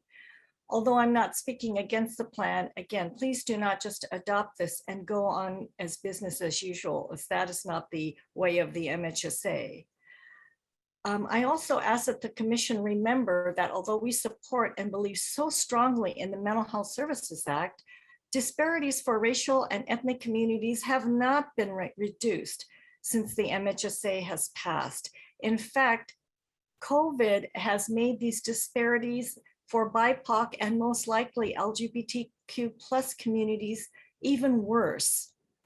Commissioner Carnevale asked what the commission has done to promote equity. In the past, there used to be at least one cultural competence training for the commission once a year. We, when I was on the CLCC, we actually felt very uncomfortable about this only one training because it sort of promoted that thing that equity is one cultural competence training a year, but one is better than none. I would also like to correct something that it was said that the commission was responsible for seeking funds for advocacy on behalf of racial and ethnic communities in the advocacy grants. It is my recollection and strong belief that it was Rusty Felix through the Mental Health Association and REMCO that were directly responsible for the legislature approving funds in the state budget for this purpose. The commission may not have opposed this and may have even supported it, but it was not initiated by the commission. That being said, REMCO is always willing to serve as a resource for the commission and is always willing to collaborate in matters of equity and reducing disparities. We wish the commission luck in improving their efforts to move towards equity. Thank you. Thank you, Stacy. That was the last comment online. Thank you, Mariani. Now that public comment has concluded at this time, I would entertain a motion that the commission approves the racial equity plan. Lester or Cody, can you please put the motion slide up, please? So moved, Chair. Thank you, Commissioner Tamplin. I'll second. Thank you, Commissioner Bunch. Are there any additional questions or comments from commissioners? Seeing none in the room, seeing none online, I would ask Jeff that you please call the roll. Thank you, Madam Chair. We have a motion that the commission approves the commission's racial equity plan. Commissioner Bontrager. Aye. Commissioner Boyd. Commissioner Brown. Commissioner Bunch. Commissioner Carnavale. Aye. Commissioner Carrillo. Commissioner Chambers. Commissioner Chen. Commissioner Cortese. Commissioner Danovich. Commissioner Gordon. Aye. Commissioner Mitchell. Approved. Commissioner Rolette. Aye. Commissioner Tamplin. Aye. Vice Chair Alvarez. Chair Madrigal Weiss. Approved. The motion passes. The plan is approved. Thank you. Lauren, forgive my manners. Thank you for the presentation. Did an excellent job. Okay, well, you faked it till you make it brilliantly, so good job. Thank you. Move. No passing out allowed. All right. So moving on to agenda item number 9, the commission will briefly hear from staff on the innovation implementation plan. This item was also presented on October 27, 2022. A short summary will be provided and the plan will be offered for your consideration. Materials on this agenda item have been provided in your packet. We will hear from Sharmel Shah, Chief of Program Operations. Please go ahead, Sharmel. Thank you. It's me again. Cody, if you could put up the slide, please. Thank you, Chair Madrigal Weiss and fellow commissioners. Again, as a reminder, this project was presented at our October 27th meeting. So last month, I shared with you the work that has been done to understand the strengths and challenges of the innovation component, explore concerns and opportunities, and presented a plan to help counties develop transformative innovation projects, strengthen the commission's review and approval process, and facilitate learning across and within counties. Again, those materials are provided in your packet. I want to share that we've heard how hard it has been for counties to develop innovation projects with the potential for transformational change. It's also been challenging to support their desire for shared learning and to help each other develop the capacity to try something new, evaluate it, and learn from it, and significantly improve mental health services statewide. The Welfare and Institutions Code, get my numbers right, 5830, indicated that an innovation project could affect any part of the mental health system. And so I wanted to just emphasize that, and that as a reminder, in 2020, the commission launched a project with the nonprofit Social Finance to assess barriers to developing transformative innovations and ways the commission can improve its process and support learning from innovation projects. This is outlined in the Innovation Action Plan that has been provided to you in your materials. The Innovation Action Plan details each of these and was a valuable foundation of opportunities to improve the development of innovation proposals at the county level and the Commission's review and support of statewide learning. From an analysis of nearly 300 challenges that social finance found and over 100 interviews, they produce recommendations for us to consider. And those are on page 10 in the materials if you're looking for them. Also, the recommendations matrix, which is up there on the slide, was also included in your materials for this meeting, which supported our team's efforts in the selection of the actions and were prioritized to achieve impact and not necessarily ease of implementation. Staff is recommending a focus on a core set of these recommendations and not the full array. As a result, 3 areas of opportunity rose to the top with specific recommended actions for each, which are outlined here in the slide and were described in detail at last month's meeting. 1, to help counties develop transformative innovation projects. 2, to strengthen the Commission's innovation proposal review process. And 3, to facilitate learning and dissemination of those learnings. Social finance, in partnership with counties, commission staff, and community organization, has prepared drafts of several of these documents.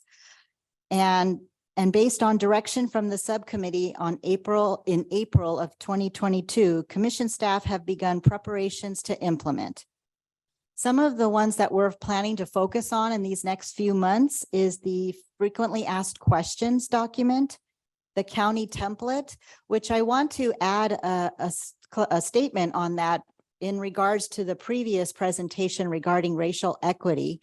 There are 3 things that are being added to that recommended template that are focused on racial equity. And those are questions that counties are being asked to answer regarding how they included their communities, and especially those unserved, underserved, and marginalized populations have been included in the entire development of the innovation plan, meaning from beginning, middle to the evaluation. And so I just wanted to uplift that was part of the racial equity plan and definitely something that we are working on as an immediate need. And then also the last one that we're going to kind of look at is onboarding materials for both current and new commissioners regarding the innovation component and what commission staff, kind of do logistically on approving innovation plans, but also the county level information. I'd like to say that during the last 5 years, we have worked hard with counties to build trusting relationships and uplift the importance of the innovation component as a mechanism for transformational change. We have considered the impact of these actions on the counties. This next phase of work will require a focus on the impact the commission can make. So at this time, we are seeking authorization from the commission to move forward with these recommendations and formal implementation. But I would also request that as the chair, Madrigal-Weiss, and I believe this may come up in a future commission meeting regarding committees and subcommittees, that you consider appointments and structures for the commission's subcommittee on innovation, that you discuss leadership and structure for this subcommittee so that we may work on the next phase of this project. Thank you. Any questions?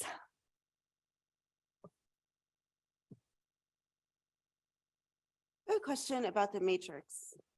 One of the recommendations was to test a multi-stage approval process, but then it has that it would be difficult to implement. I was just curious why.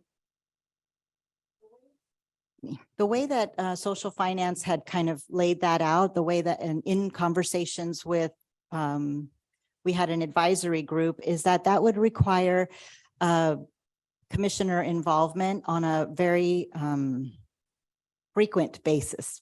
So it's not necessarily not something that we can't do. It's just logistically, we would have to really think through how that process would work and who would be the individuals and people that would look at at each level of the project. What we do currently with commission staff is that we do look at concepts.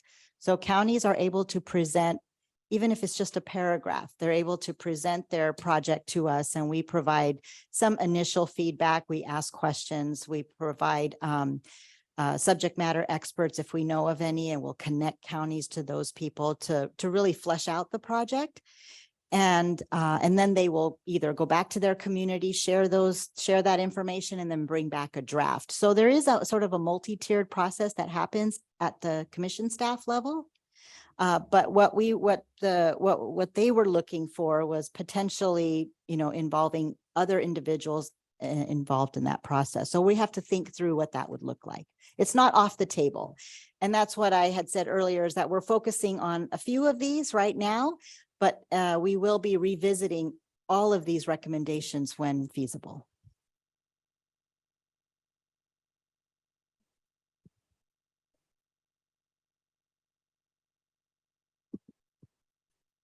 I am personally very passionate about this, and I know this is to me kind of funny because I sit on the Research and Evaluation Committee with our WISE Chair or Commissioner Danovich. And, we're not overwhelmed by additional commissioner participation because, living in research and data and processes and methodologies is not the most exciting area. It takes a unique brain to care about this stuff. And it's much more rewarding to think about, programs that help people and equity and all of these other social impacts. But here's the thing is that innovation and helping people are not mutually exclusive. In fact, I would argue that innovation is essential to us helping more people. What we know is that there's a massive gap between what we need to do for people in California and what we actually do. And this governor has done, more than any in a while to drive a lot more money into the system to help, but it's never enough. And, and we're in an expanding economy, but now we're facing an economy that may be contracting some or slowing down, and we're likely to see more challenges that way. And the only way I know as the business representative here, the only way I know to solve that problem is with innovation, because innovation means you do things effectively and more efficiently, and you can expand your pie to help those that need it the most. So to Dr. Ewing's comments a few minutes ago, the only way you solve a problem is by measuring it. Our hair should be on fire to identify the data that understands how many people and what populations are not being served. And the only way we do that is by investing in innovation. So I think this is a great beginning. I think we have a long way to go. And, just imagine a world where we're all working remotely, but we didn't have Zoom as a tool. I don't know how we would do it today very effectively. That is an example of innovation that helps us in the world to serve the people who need it the most. So I'm in full support of this. Thank you. Commissioner Carnevale, I'd like to thank you for those comments and also reiterate that innovation is about learning. There's not an innovation project that I've seen that, whether it's successful or unsuccessful, that we haven't learned from. And I really want to emphasize that's one of the most important pieces. Commissioner Danovich, on his earlier comments last month in support of this work, had made us the same attestation that the innovation component will really help us figure out what's working, what's not working, and how can we improve upon those processes, whether they're services or processes that affect the services that are being provided to our communities. So thank you. Absolutely. Thank you. Are there any comments or questions from commissioners online, Mariani? Not that I see. No. No. Okay. So at this time, I would like to open it up for public comment. Okay, we have one in the room, Matt.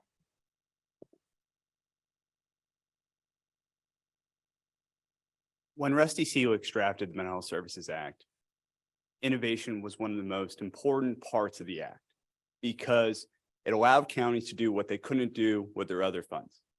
And it was really about finding innovative treatment models to provide people the care they need and really to promote mental health system transformation. In Rusty's last days when he was fighting ALS, he and I exchanged a bunch of emails and a bunch of conversations. And he specifically told me about how important innovation was because innovative treatment models have been prolonging his life, despite all the major issues he was facing. And in his final words, essentially to me were, ensure the act does its intended purposes because it's my life's work. And right now my life is being prolonged by innovative treatment models. Unfortunately, with the Mental Health Services Act, we see that innovation has not lived up to its expectations, as much as it pains me to say that. Because when you spend $700 million, or roughly that amount, we should know what works, what doesn't. We should have standard deviations for what's expected to fail in our innovative programs. And more importantly, we should have better outcomes and data. And unfortunately, we should also be knowing how many innovation plans this commission has not approved. From my perspective, sometimes it appears that the commission is a rubber stamp for the counties, where they do the bare minimum, they present it, and it's approved. Very rarely can I recall or remember a time when the commission said, you know what, that's not innovative enough. Go back to the drawing board, go back to your communities, make sure you are addressing the unmet needs to spend these funds more wisely. Because counties, unfortunately, to their credit, they're going to do the best they can, but sometimes they need a little extra encouragement to do more and to take it to the next level. And I don't know what the approval rate is from the commission on innovation plans since it started, but I would anticipate it's probably close to 98 or 99%, if not higher. And so I ask you, as you're thinking about this, to look yourselves in the mirror and say, what more can we do to expect more from the counties with these plans? Because if we don't expect them to do more, they're not going to do more. And it's really important because innovation is the key to system transformation. If we don't have new models of treatment, we don't have new and better service delivery, we're not going to see what we need to see on the streets and in our communities. And so I just ask you to respectfully, please think of that. And I promise to stop talking for the rest of the day. Thank you. Thank you, Matt. That was the last in-room comment. And then online, we have 3 public comments. The first one is Richard. Your line is open. Hello, everyone. I have a real problem with this particular plan. That it should have been monitored all along. Why now? Why have the Oversight Commission if you're going to only select the few and not monitor all of them? If you do have a track record, what failed, what's working, what can be improved if it's not working? Push it with all the counties. Do not let them stand by. My experiences since I've been involved with Cal Voices, with ACCESS California program, it seems like it's always been rubber stamp without any follow-up. That's been my impression as a person with lived experience, as a provider working with children with behavioral disorders, adults with behavioral disorders, you know. It needs to be monitored. To me, in my view, as a person with lived experience, it's been a failure. It should have never happened under the Oversight Commission, period. Yeah, I'm glad you guys are working on it. You're putting a plan in action. Do not just select the very few. All needs to be monitored. It's just shameful. That's my personal view, my personal feedback, not on Cal Voices. Thank you. Thank you, Richard. Next, we have Stacy. Your line is open. Stacy Hiramoto with REMCO, the Racial and Ethnic Mental Health Disparities Coalition. I'd like to support and thank Cal Voices, both speakers, previous speakers, for their comments. I have too been disappointed in innovations, but I do feel that it should be acknowledged that it is very difficult for the counties because innovations is supposed to be something money spent on something that we are not 100% sure works. And counties are adverse. That's just not, how public monies usually are spent, in something risky, right? It's usually something tried and true, because people do not want to take risks. But again, innovations is really supposed to be proving things that are not yet proven. And I believe, again, I'm not opposed to this project. I think it is so difficult that many counties like to get together and join a big project like this, not because it's what their local people have asked for, but because it's easy and it's a more sure thing. That doesn't mean it's bad. I also was triggered by something that the staff was talking about, which was to perhaps the chair think about creating structure in the form of subcommittees or committees for this project. I think that's fine, but if the commission could be more clear and more transparent with the community, stakeholders, and the public about what is the criteria for creating a committee versus a subcommittee. It is not clear at all when a subcommittee is created and when a committee is created. Because the subcommittee is not subject to the rules of a committee, and that's very concerning. Also, as an example, there was a children's committee created, which I suppose makes sense because the OAC is in charge of a great deal of money that's related to the Children and Youth Behavioral Health Initiative of the governor. So that's fine. But you have had 2 committee meetings so far without the required membership of the committee of 2 consumers, 2 family members, and 2 people who have expertise in reducing disparities. I'm greatly concerned about that. The committee has, if you have 2 meetings, a lot of work is done, a lot of foundational agreements are made, and you do not have. Your time is up. You can wrap up your comments. Thank you. You do not have the required number. Thank you so much. Thank you, Stacy. We also have Steve. Your line is open. Thank you for allowing me to speak. And within the realm of innovation, as a funded statewide innovation project, we've had a great amount of opportunity to learning. And also, I would like to say the importance of, which Tom and Lester both heard at our statewide event in October, were the personalized stories of the veterans. And they were speaking about how arts give them a voice that they didn't have before. And I would also like to compound that by the comments at the Calvet Leadership Summit by Mr. Boyland. And he talked about the importance of upstream interventions and how access to a visual language allows for thought streams and emotions to be expressed and not verbally. And I think that as far as learning continue, is we can think of what about art making in a community that is transformational? And that is a question that I think about a lot. And I think by having this contract allows us to really dig deep and to answer those types of questions. I appreciate you giving me a chance to speak today. Thank you. Thank you, Steve.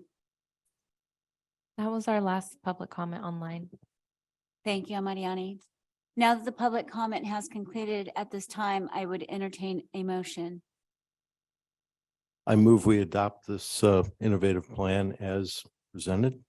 Thank you, Commissioner Carnell. I'd like to make just one more comment, just to add.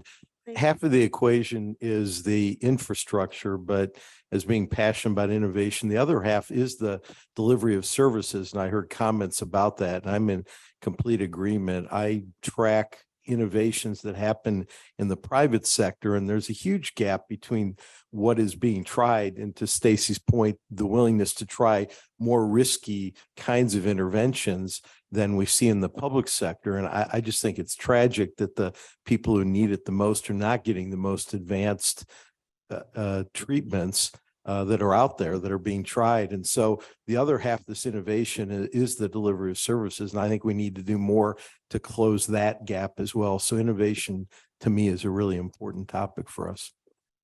Absolutely. Thank you, Commissioner Carnevale. Are there any other questions or comments? I'm sorry, I jumped ahead. I'm looking for a second. Apologize. Threw me off. I will second. Thank you, Commissioner Templin. We have a second. Are there any additional questions or comments now that we have a second? Hearing none, seeing none, I would ask Jeff that you please take the vote. Thank you, Madam Chair. We have a motion that the commission approves the innovation implementation plan. Commissioner Bontrager. Aye. Commissioner Boyd. Commissioner Brown. Commissioner Bunch. Aye. Commissioner Carnevale. Aye. Commissioner Carrillo. Commissioner Chambers. Aye. Commissioner Chen. Commissioner Cortese. Commissioner Danovich. Commissioner Gordon. Aye. Commissioner Mitchell. Approved. Commissioner Rolette. Aye. Commissioner Tamplin. Aye. Vice Chair Alvarez. Chair Madrigal Weiss. Approved. The motion passes. The implementation plan is approved.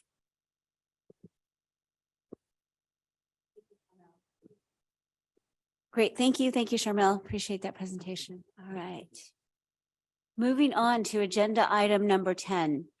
The commission will hear a presentation on funding for K-12 advocacy grants. As you know, the commission provides funding to support the advocacy, training, and outreach efforts on behalf of 9 specific populations. I was so happy to hear that advocacy for our students was added to this advocacy opportunity in this year's state budget. Students are in need of training and support to advocate for themselves and other students in response to some very serious negative outcomes in our student populations and in response to historic investments for mental health and wellness services to our schools. We will hear from Tom Orak, Chief of Community Engagement and Grants. Tom, please go ahead with your presentation. Thank you, Chair. Yes, the commission requested and the legislature approved, governor signed additional funds to provide advocacy for K-12 students in the 2022 budget. And so, when we think about advocacy, I think we all agree advocacy should be in places where there are underserved populations or underrepresented populations. And those are both true for K through 12 students. And what's also true is that there's been an historic investment of funds recently for K-12 students to bring school-based mental health services to students. The commission has done a lot of work in the past in this area. Schools, making schools a center of wellness. And so a lot of energy, a lot of funding. And so where that exists, there should also be advocacy. And so this is an exciting opportunity for us to add one additional population to these advocacy contractors. Cody, do you have the slides up? There we go. Great. The commission has just over $6 million per year to provide to these specific populations. You probably remember this from I believe last month when we talked about our transition age youth advocacy contract. Typically the advocacy organizations that we contract with are providing advocacy, both state and local level advocacy, training and education, and outreach and engagement on behalf of these specific populations. So right there in the middle is our newest one, K through 12. students. So good to see that. Like I said, the 2022 budget included additional funding to support students, and this is $670,000 per year, or $2 million and $10,000 over 3 years is typically what we do to support the needs of students. And so this is important, you know, as we did a lot of community engagement and outreach, we've had site visits recently to a couple of wellness centers in Marin County, and heard from students there about the needs of students on their campus. Also on our TAY outreach, we heard a lot of feedback and input about the needs of students. And these are just some of what we found. COVID-19 pandemic has been very difficult for students in terms of learning loss, socioeconomic struggles, depression and anxiety, an increase in suicide rates among many of our student populations. And so these are some of the things that we hope will be addressed through advocacy, both at the state and local level. These are the bones of the outline, which is all we can really present because this is a competitive bid process. So I can't present all of the requirements, but I'm happy to hear any feedback you have about requirements that should be considered. But these are the bones. There'll be 6 total contracts, 1 contract awarded to a statewide advocacy organization, and then 5 contracts awarded to local level advocacy organizations in our 5 mental health regions: Superior region, Far North, Bay Area region, the Valley region, Southern California, and Los Angeles. The award for the statewide advocacy organization will be $385,000 and $325,000 awarded to each of the 5 local level contractors for a total of $2,010,000. Some of their responsibilities are listed here. We wanted to make sure that this was in collaboration with youth. Sometimes we've used the term on behalf of, and I don't think that necessarily should apply for any of these populations. We have to make sure this is done in collaboration with K-12 students, provide opportunities for them to conduct outreach and engagement, training and education, and advocacy, both at the local level, and then invited by the state level contractor to provide advocacy and outreach at the state level to the commission, to the legislature, and also at the local level to school boards and county behavioral health departments. So our hope with this is to really give voice to students where adult mentors can guide them, but kind of stand behind them in support. And that's our vision for this funding, I believe. The statewide advocacy contractor will also work in collaboration with K-12 students. They'll conduct advocacy at the state level. They'll provide training and student mentoring on effective approaches for advocacy. And then they'll also provide an annual report of their findings with qualitative and quantitative data, how many students they've reached, who they've worked with, where did they provide advocacy. And then these are the minimum qualifications. We set these so that those who apply or provide proposals, we can first look at this to make sure that they have met the minimum qualifications. And so we'd like both state and local, that should also say local, organizations to have 2+ years experience with programs for K-12 student mental health needs, that they be a nonprofit organization, and they have experience engaging students at the state level for that state level contractor and the local level for those locals, that they have some experience with training and outreach and collaboration with K-12 students. And also, very importantly, that they have familiarity addressing racial and socioeconomic disparities for underserved K-12 students. And so our next steps would be, if approved, we would release the RFP January 3rd. And then February 17th, would be the deadline to submit proposals, and then the commission would issue a notice of intent to award in March 13th. And so if approved, or this could be the potential proposed motion, that the commission approves the proposed outline, directs staff to issue a request for proposal for the K-12 student advocacy contract, and that the commission authorizes staff to initiate a competitive bid process and enter into contracts with the highest scoring applicants for advocacy, education, and outreach in collaboration with K-12 students. And with that, I'm happy to answer any questions you might have. Please, Commissioner Gordon. Not a question, more a comment and a couple of suggestions. Number one, I commend and truly support this effort. This is badly needed. We've underutilized the ideas and ingenuity of our young people about what their needs are and how they can help us deliver services more effectively. So I think this will pay off in a big way. However, since the money available is very modest, I'd suggest two things. Number one, to look where possible for youth-led organizations, if they would be available to fulfill the purposes. But secondly, that the money that be spent be prioritized primarily for support for the young people to engage in the work of either providing advocacy, learning about how to advocate. Because if we really, in my experience, if we really are to reach our underserved communities, a lot of those young people don't have people to drive them around and drive them places.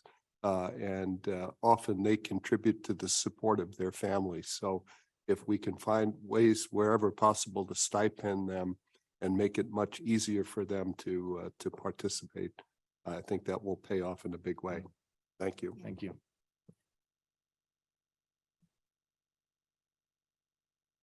Would you like to make a comment? If I could just ditto, absolutely. Thank you, Commissioner Gordon, for adding that. I think that's critically important, Tom, because we continue to invite youth to the table and yet we don't provide the infrastructure for them to be there. So Yeah. I think that is absolutely important. Thank you. Thank you, Commissioner Gordon. Please, Commissioner Bontrager.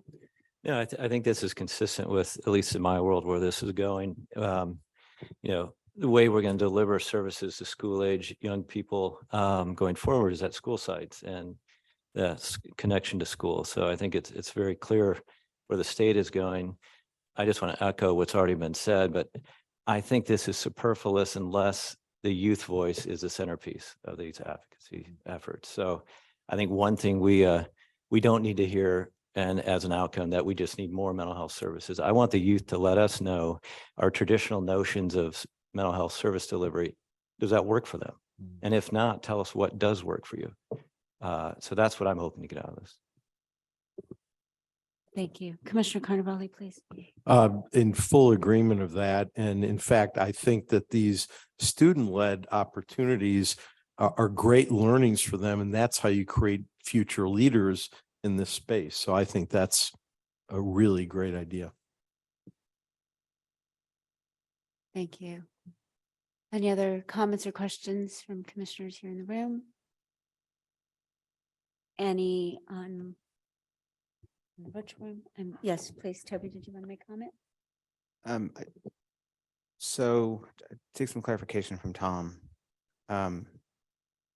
Completely agree, Commissioner Gordon, with the prioritization. My concern would be that the traditional mechanisms through which the commission would share information about a competitive procurement won't necessarily land at the doorstep of youth run.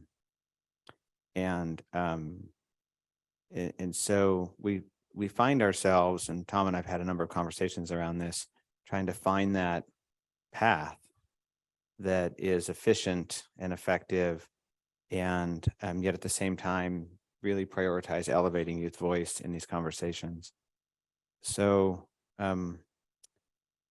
with that guidance, I'm struggling with this question in my head of whether sort of a classic RFP will actually get any applicants who meet that challenge. And so, Tom, are we allowed to do this through non-competitive procurement? Are we required to do competitive procurement?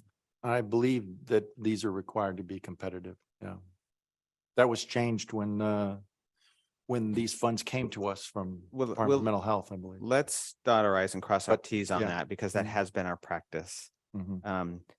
But with that, I would ask, so I sort of see a two-step process here. We could try this, and if we get, no applicants who meet those qualifications, come back to you and revisit the question. Or we could ask for your permission to explore that issue and potentially move forward in a non-competitive manner, where we would work directly with organizations and really have to do the outreach and find and support. Because as we know, smaller organizations, which these are inclined to be, just struggle to compete in these competitive procurements. And if that's the case, we would ask for a representative commissioner to shepherd that process, just to make sure that we're doing our due diligence and that it's consistent with the collective voice of the commission. And so with that, I would ask for either, have us move forward and we come back to you in 3 months, which may create a problem in terms of the calendar with the holidays and everything, or ask to modify the proposed motion to work with the commissioner to explore the best path to achieve your goal of focusing on youth-led and ensuring that the bulk of the resources empower young people to be successful, the transportation, stipend, et cetera, to focus on what you're asking us to do. I'm just anticipating this is not going to work if we put out an RFP. Just a thought on that. That makes complete sense. For those of you in the education system, certainly Commissioner Gordon, who leads this, with the effort to bring behavioral health in the schools, is it possible that these contracts need to get driven through the school system where all the students are and with people who are educated to, with student-led efforts, maybe that's a way to guide it to a friendly landing spot to accomplish its goals. So just a thought. But it's not so much about bringing behavioral health services to the schools. It's more about advocacy, bringing students towards advocacy. So it's not about direct services at the schools. Yeah. This is more, so I don't. I'm saying the infrastructure there. Think about.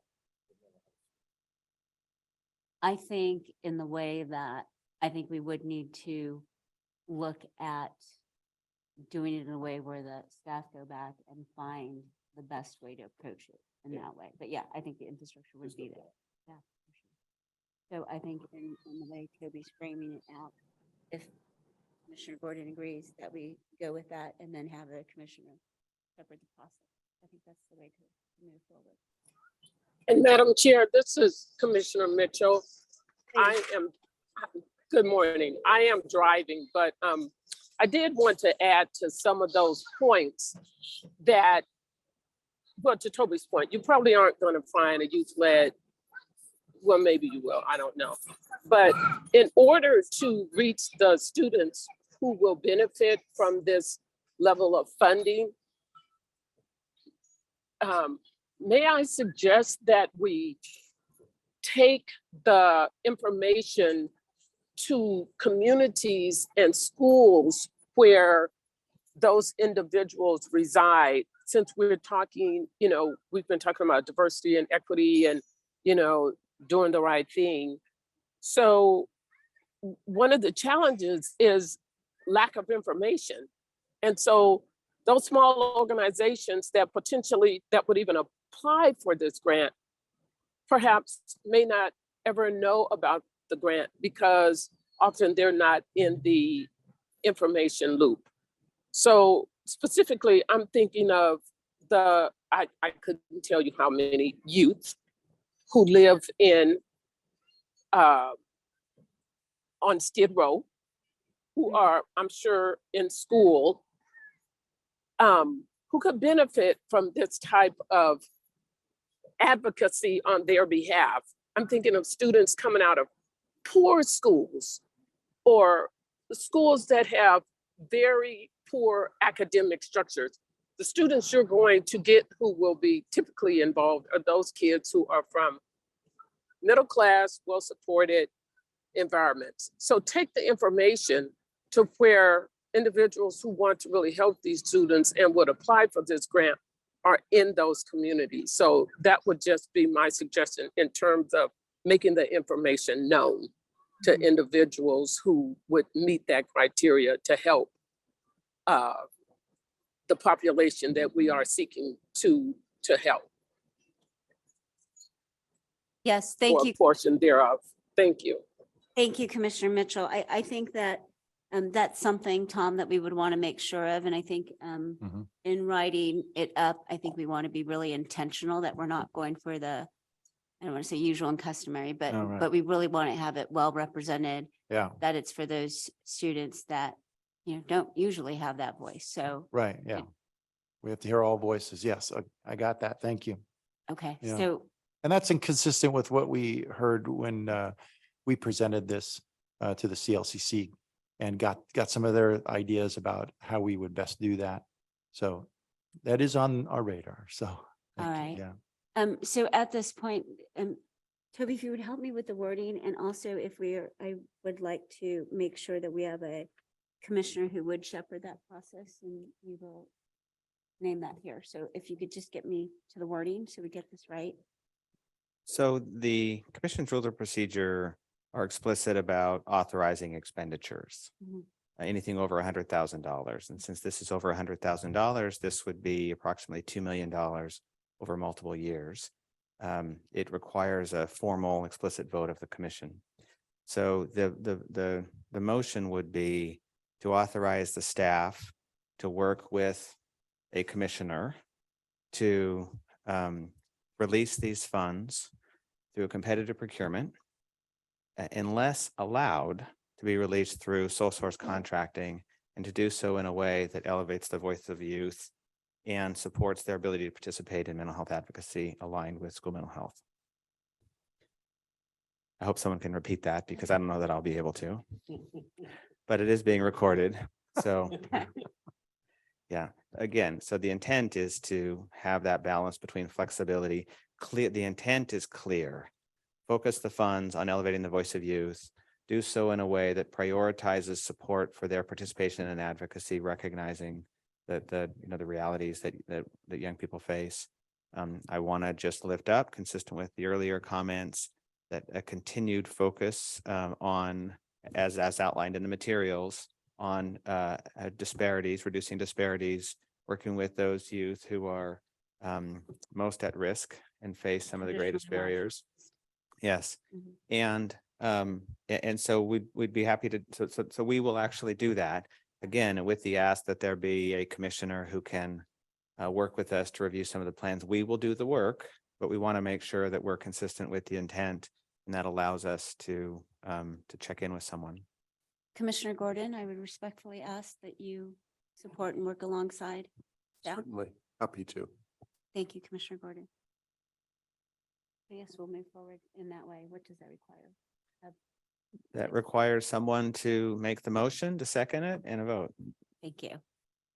And public comment, of course, before that process begins. Okay. Typically, the motion starts Mhm. and then we do the public comment. So So we'll Uh, do the motion, second motion, public comment.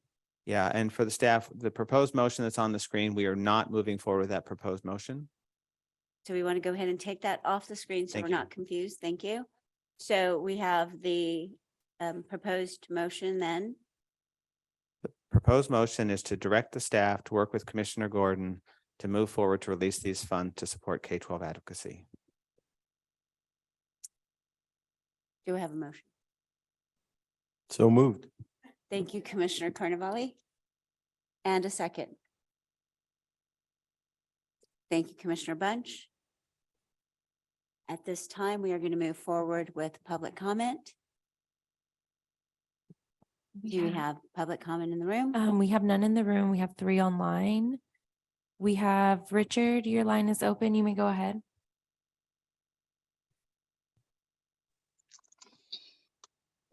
Okay, the only problem I have with this is the minimum requirements. I think there needs to be a requirement to have a person with lived experience serving these students. Like I said in my email, mental wellness is possible. We need to promote and encourage all communities to be able to help these students. I was an at-risk student, went through a job training program, and then became a peer counselor, serving those youth that I work with. So we need to include mentors with lived experience as part of the grant requirement.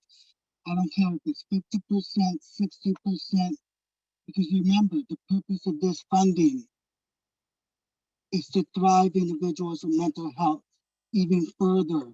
And for those that love and enjoy working with students, it will benefit all. Thank you. Thank you, Richard. I believe this is Mark Carmatz. Your line is open. Mark Carmatz. I attended the Alternatives Conference 2022, and in the state of Oregon, they did something very similar to this. So they might want to listen to that workshop and see what they have going. They did organize students and young people, and they're working with getting people active in advocacy for students.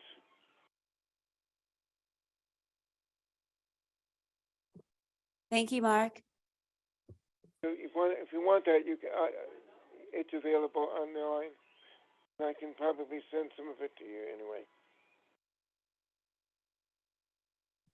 Thank you.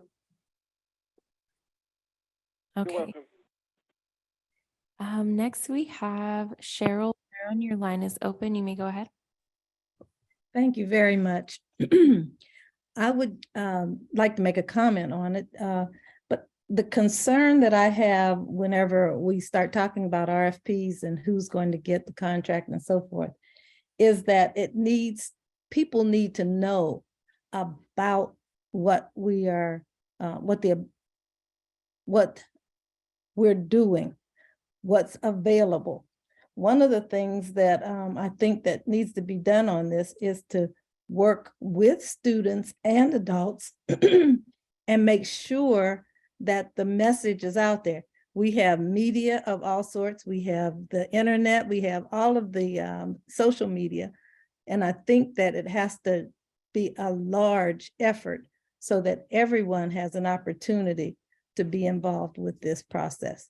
And it's a great, great process, by the way. I really like what you're doing with this, with the RFP. Thank you. Thank you, Cheryl. Next we have Steve. Your line is open.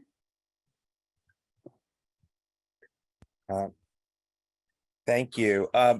I just wanted to mention that Sierra Health has done something in the SUD arena on this, where the project lent itself to be accepted by city councils and created an excitement among the city councils. The other question I'm wondering is, to the lady who made the last point, is just making sure people understand what the system is about relative to advocate for it. And I think it's right now, it's very confusing relative to all the funding in the state, what can be paid for, what can't be paid for, how's it going to work, what the clear definitions are across all the different agencies. And from a scalability standpoint, I don't know the restrictions on the funding, but having looked at the schools and trying to connect with schools, I was with some teenagers about 2 weeks ago, and they were talking about the difficulties they had even putting clubs on campus that address suicide directly. and how different districts are more open and less open. So one of the thoughts I had was that if you had technical assistance, you could scale to advocacy clubs on campus and get a lot more of the 6 million students that are in the system, the education system, to participate instead of a small group of people, and open it up. And you can do clubs on campus for a relatively small amount of dollars. And you just need to have an advocate on campus that would open it up and then sustain it over time. So thank you very much. Thank you, Steve. That was our last public comment. Thank you, Mariani. Are there any other questions or comments from commissioners? Okay, now that public comment has concluded at this time,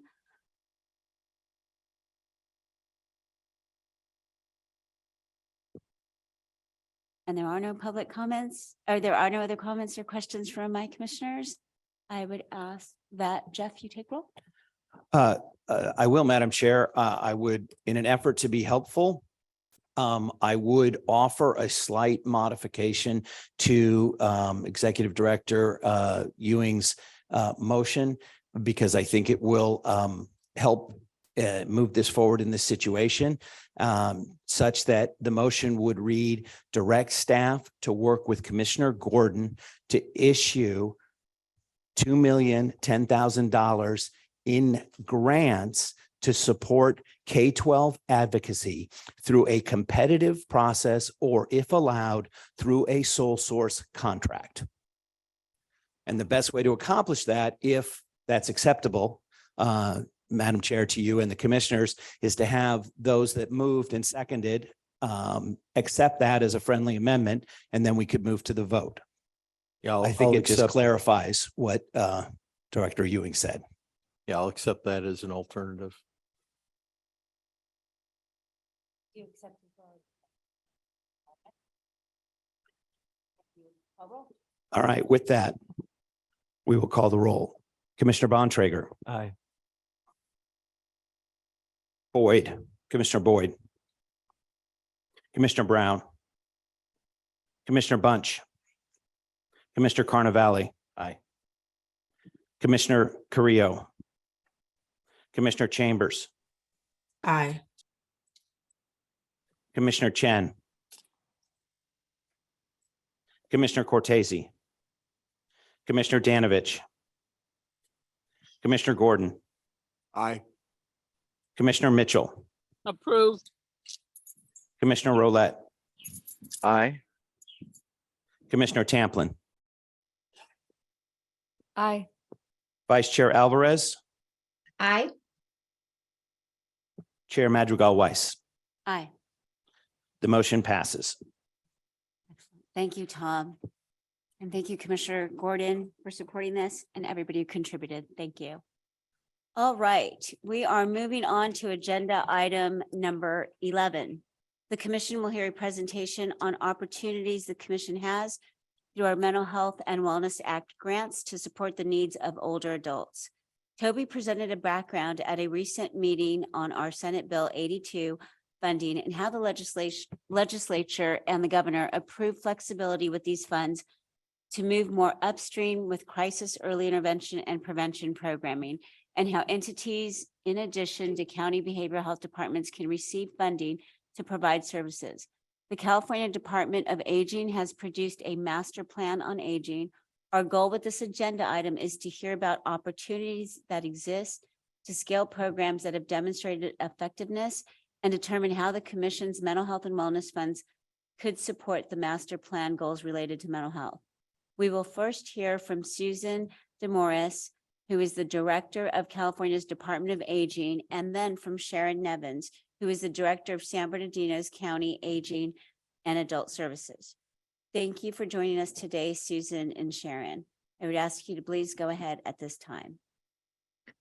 Good afternoon to the commission and commissioners, and thank you for this incredible opportunity. I'm Susan DeMorris, the Director of the California Department of Aging And we are most appreciative of you sharing your agenda today to learn more about California's Master Plan for Aging and the needs of older adults in our state.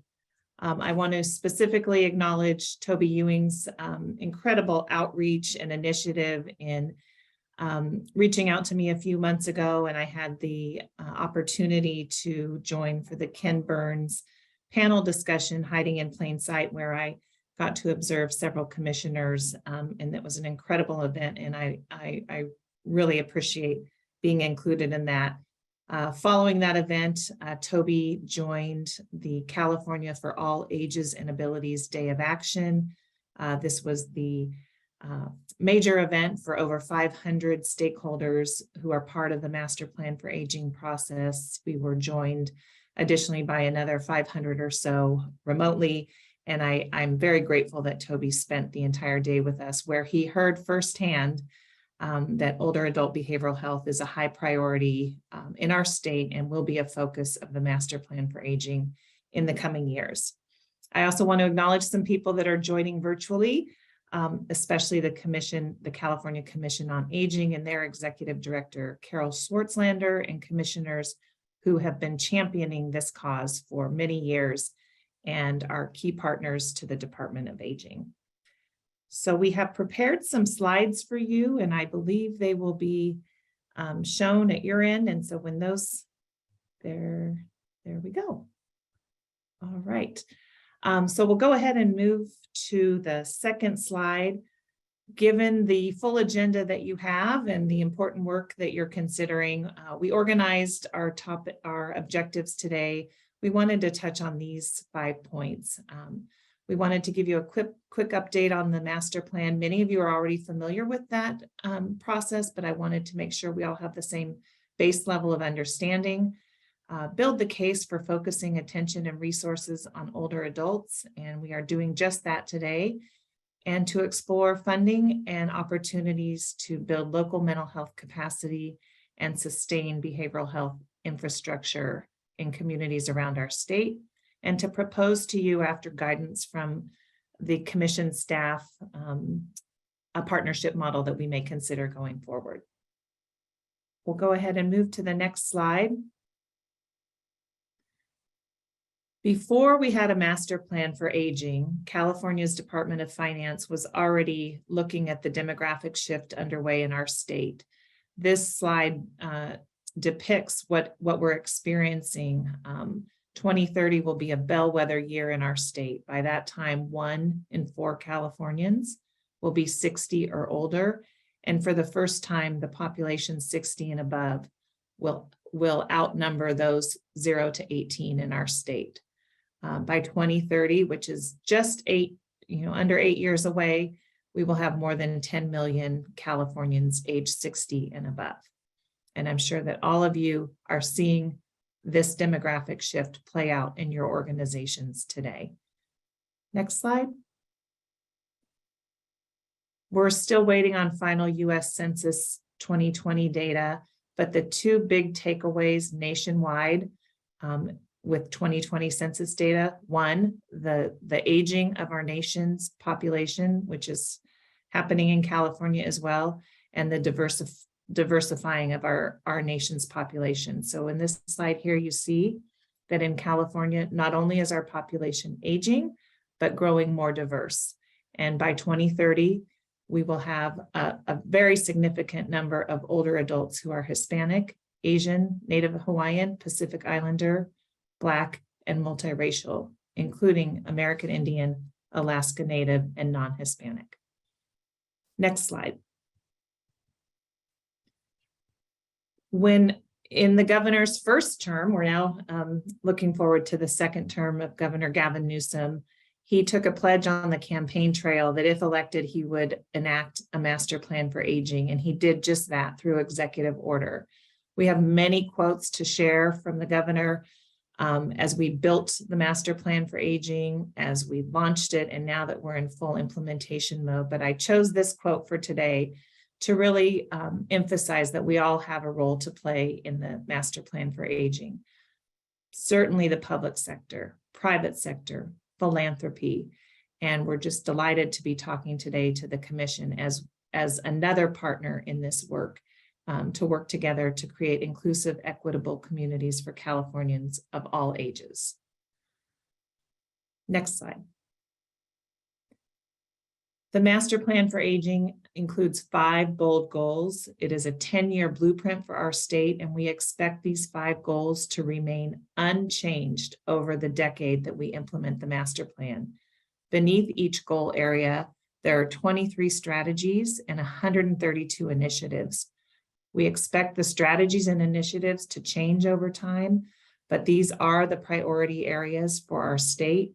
We're very proud that housing is the first goal, and that is definitely a message that we heard loud and clear at our Day of Action on September 20th, that many older Californians are precariously housed, and individuals 50 and older are the fastest growing demographic among the unhoused in our state. Goal 2, Health Reimagined, absolutely includes mental health, behavioral health. It includes home care, long-term services and supports, acute care under Goal 2.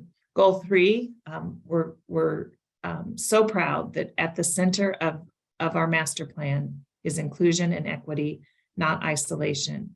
This plan was developed during the darkest days of the pandemic, and we saw firsthand at that time the inequities in COVID-19, especially among older adults, especially in particular among older adults of color, and the extreme isolation that older adults and family caregivers were suffering in their homes, in their communities, and in long-term care facilities.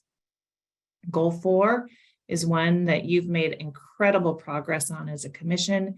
It includes both unpaid family caregivers who make up about 65% of all long-term services and supports in our country are delivered by unpaid family caregivers, but it also includes the workforce. And I want to commend you for everything that the commission has done to build up our state's behavioral health workforce. And then last, affording aging. This goal area is one of the reasons I'm glad that we have 10 years to work on our blueprint, because this is the most vexing challenge that we face for older adults, in particular, older adults who live on fixed incomes. The only population in our state that grew into poverty over the last year would be older adults. How they can afford housing, healthcare, prescription drugs, transportation, and how individuals who are not yet eligible for Medi-Cal, who are right on the brink financially, who are unable to pay out of pocket for their long-term services and supports that they need. Next slide. I shared with you the California for All Ages and Abilities Day of Action. What we did in September is it was so important. The governor ensured that the master plan for aging was built by stakeholders, by consumers, by people with lived experience, that we brought in and included diverse perspectives and diverse voices. And much of that stakeholder work had been done in 2019 and 2020 to construct the plan and for the launch of the plan. We wanted to be sure going forward for the next 2 years of the legislative session that we had fresh perspectives from our community. And that's why we brought everyone together in September. And there we heard that housing, behavioral health, and affordability, and more home and community-based options overwhelmingly were the 4 top priorities that we heard from our 6 stakeholder committees and from our public members. Next slide. I hope these statistics are familiar to you, and if they aren't, it's why we're talking today. Less than 1/3 of older adults in need of mental health services receive appropriate care. The UCLA Center for Health Policy Research, a real leader in our state on behavioral health for older adults, using California Health Interview Survey data, identified unmet behavioral needs and extreme geographic disparities in access around our state. We know too that older adults, in particular older men, experience disproportionately higher rates of suicide. And on the next slide, we'll make a few more points about our population. We have seen, and the pandemic has brought, as we hear from our secretary, Dr. Mark Galley, that COVID is the great accelerator. It has brought so many issues to the forefront, but many of these issues were with us well before the pandemic. And we know that older adults who identify as LGBTQ and older adults of color are more likely than their white counterparts to report high levels of psychological distress and serious mental illness. And we have seen firsthand the physical and cognitive decline of older adults and their family caregivers throughout the pandemic that is ongoing. And then I previously mentioned that 1 million more seniors fell into poverty last year, the only age group that saw a rise. Next slide. So today we're bringing to you two models that you have had a hand in already that we really want to lift up. We have surveyed our partners throughout the state. Our primary partner in this work would be the 33 area agencies on aging. These are the local entities that carry out the Federal Older Americans Act funded programs, and most of them are embedded in a county structure. The PEARLS program is one that we wanted to elevate for you. It is an evidence-based program. It is beloved by our federal partner, the Administration for Community Living. And it's, a few things that make it distinctive. It is a known program, certainly evidence-based, endorsed by the Administration on Community Living. And with older adults in behavioral health, not unlike other populations, there's a lot of bias and stigma. A diagnosis is not needed to access these services. And there is a train the trainer model that allows the use of existing staff, many who are not credentialed, to provide that first level of support. And we think that's so critical with the workforce crisis that we're all confronting now. Next slide. We know of a handful in our state that are already using this, and another reason that we wanted to bring this to you is we're seeing that this works in urban and rural counties, and so we think it's ripe for replication and scaling, on taking to a larger scale. Next slide. Because it is evidence-based, we've been in conversations with the University of Washington. Here are the results from their community-based trial. What's really important here is to see who the participants were. There's a good amount of work in the mental health and behavioral health space that did not include older adults in trial samples, or older adults did not participate. So this is a particularly strong piece of evidence that we want to call to your attention. And the results are clear here on the slide: reducing depression, reducing remission of depression, and fewer hospitalizations. Next slide. There are many participant testimonials. Here is just one. And in our work at the California Department of Aging, in partnership with other state departments in the California Health and Human Services Agency, this is what we want to, this is why we want to work with you and where we want to get, make improvements so that people can see beyond a day, older adults in our communities around the state. It's now my pleasure, as we move to the next slide, to introduce to you, many of you may already know Sharon Nevins. She is an anchor in the older adult and disability world in our state. She is a leader of the California Association of Area Agencies on Aging, and she is appointed by Secretary Galley to serve on the Impact Committee, which is the ongoing oversight committee for the Master Plan for Aging. And she's a phenomenal executive leader in San Bernardino County. So we've asked Sharon to now present AgeWise as an innovative model that we'd like to expand in our state as well. And I'll turn it over to Sharon. Thank you, Susan. Good afternoon, members of the commission. It is my great honor to serve on the Governor's Master Plan for Aging. And I also want to thank you very graciously for inviting me to share this platform with you today. Today's agenda reflects a key priority to all of our stakeholders and is in direct alignment with the Master Plan for Aging. As you all know, the Master Plan for Aging calls for a California for all ages and abilities. It is merely impossible to create a healthy California for all without addressing behavior health and wellness for older adults and persons with disabilities here in California. It has been stated, and I also want to underscore the fact that behavior health needs of older adults have traditionally been underaddressed, or better yet, underserved. San Bernardino County has taken a lead in addressing behavior health needs of older adults and have created a very robust program to specialize in serving older adults. I am pleased to present the AgeWise program to you today as an effective model primed for replication throughout the state and counties of all sizes, whether they be big or small. AgeWise was originally established in San Bernardino County to serve as a program that provided peer engagement and services to older adults.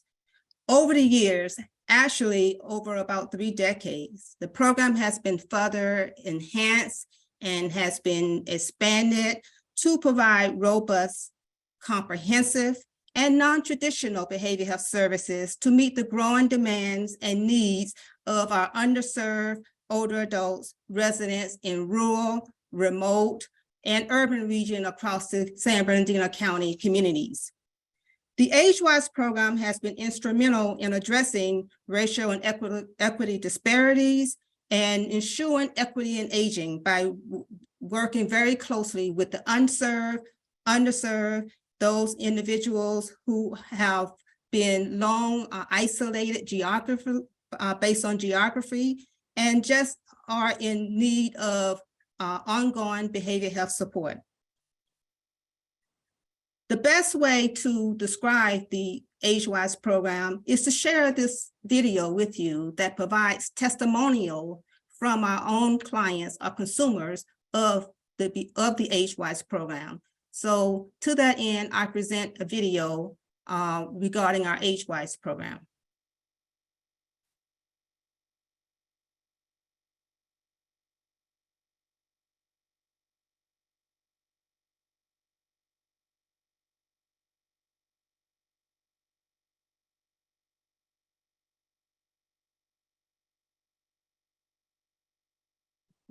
Chair, it'll take just a second to load the video. Thank you. Hi, I'm Dr. Crystal Rowe. I'm the Mental Health Program Manager 2 for the AgeWise program within the Department of Aging and Adult Services. AgeWise is a non-traditional behavioral health program for seniors within San Bernardino County. We provide counseling services and we help those in need to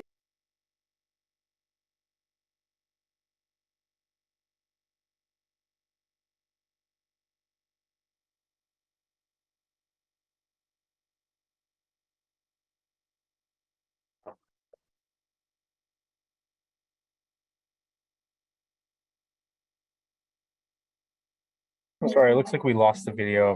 We're gonna try to get it back up. Thank you. Thank you. Thank you.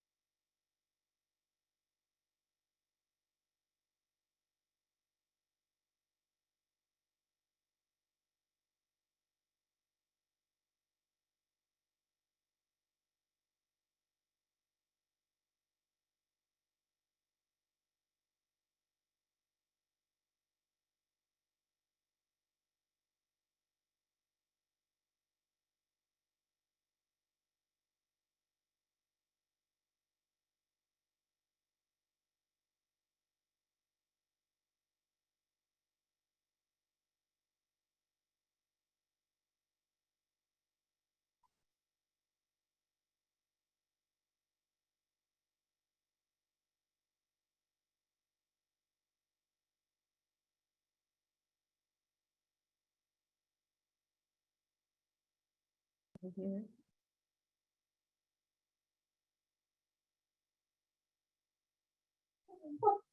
got the video, Cody, but we don't hear the audio.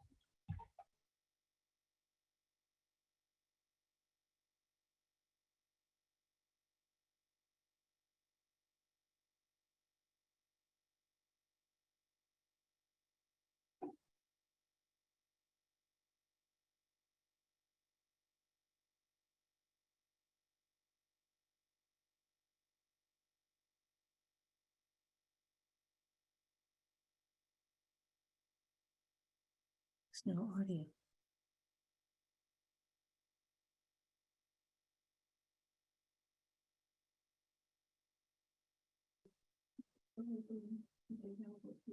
Was the recipient of CARES Act funding. The award allowed our trained and now certified telehealth mental health professionals to begin providing telehealth services to our age-wise consumers. Our goal is to provide telehealth to those that may still be isolating, and especially those in our rural and mountain communities, in order to provide the best quality of life.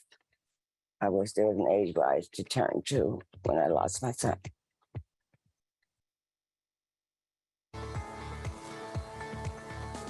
Then I would not have made some of the decisions I did to handle the pain. Someone else could be at that point right now. To you, I say, try age-wise. I would never be sitting right here in this seat, you know.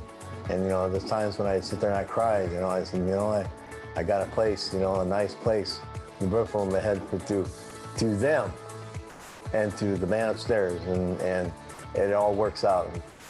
That's what age-wise is. Age-wise is they help everybody. Age-wise helps a lot. Yeah. It's been a godsend to me. It's raised the quality of my life. Just knowing that there's somebody there that will listen and understand. Yay, age-wise, pick up your phone, folks. You seniors out there don't know what you're missing.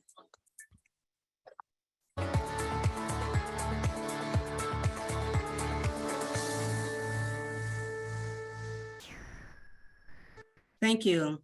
The Age-Wise program is unique in its approach by providing in-home, person-centered care for very vulnerable individuals.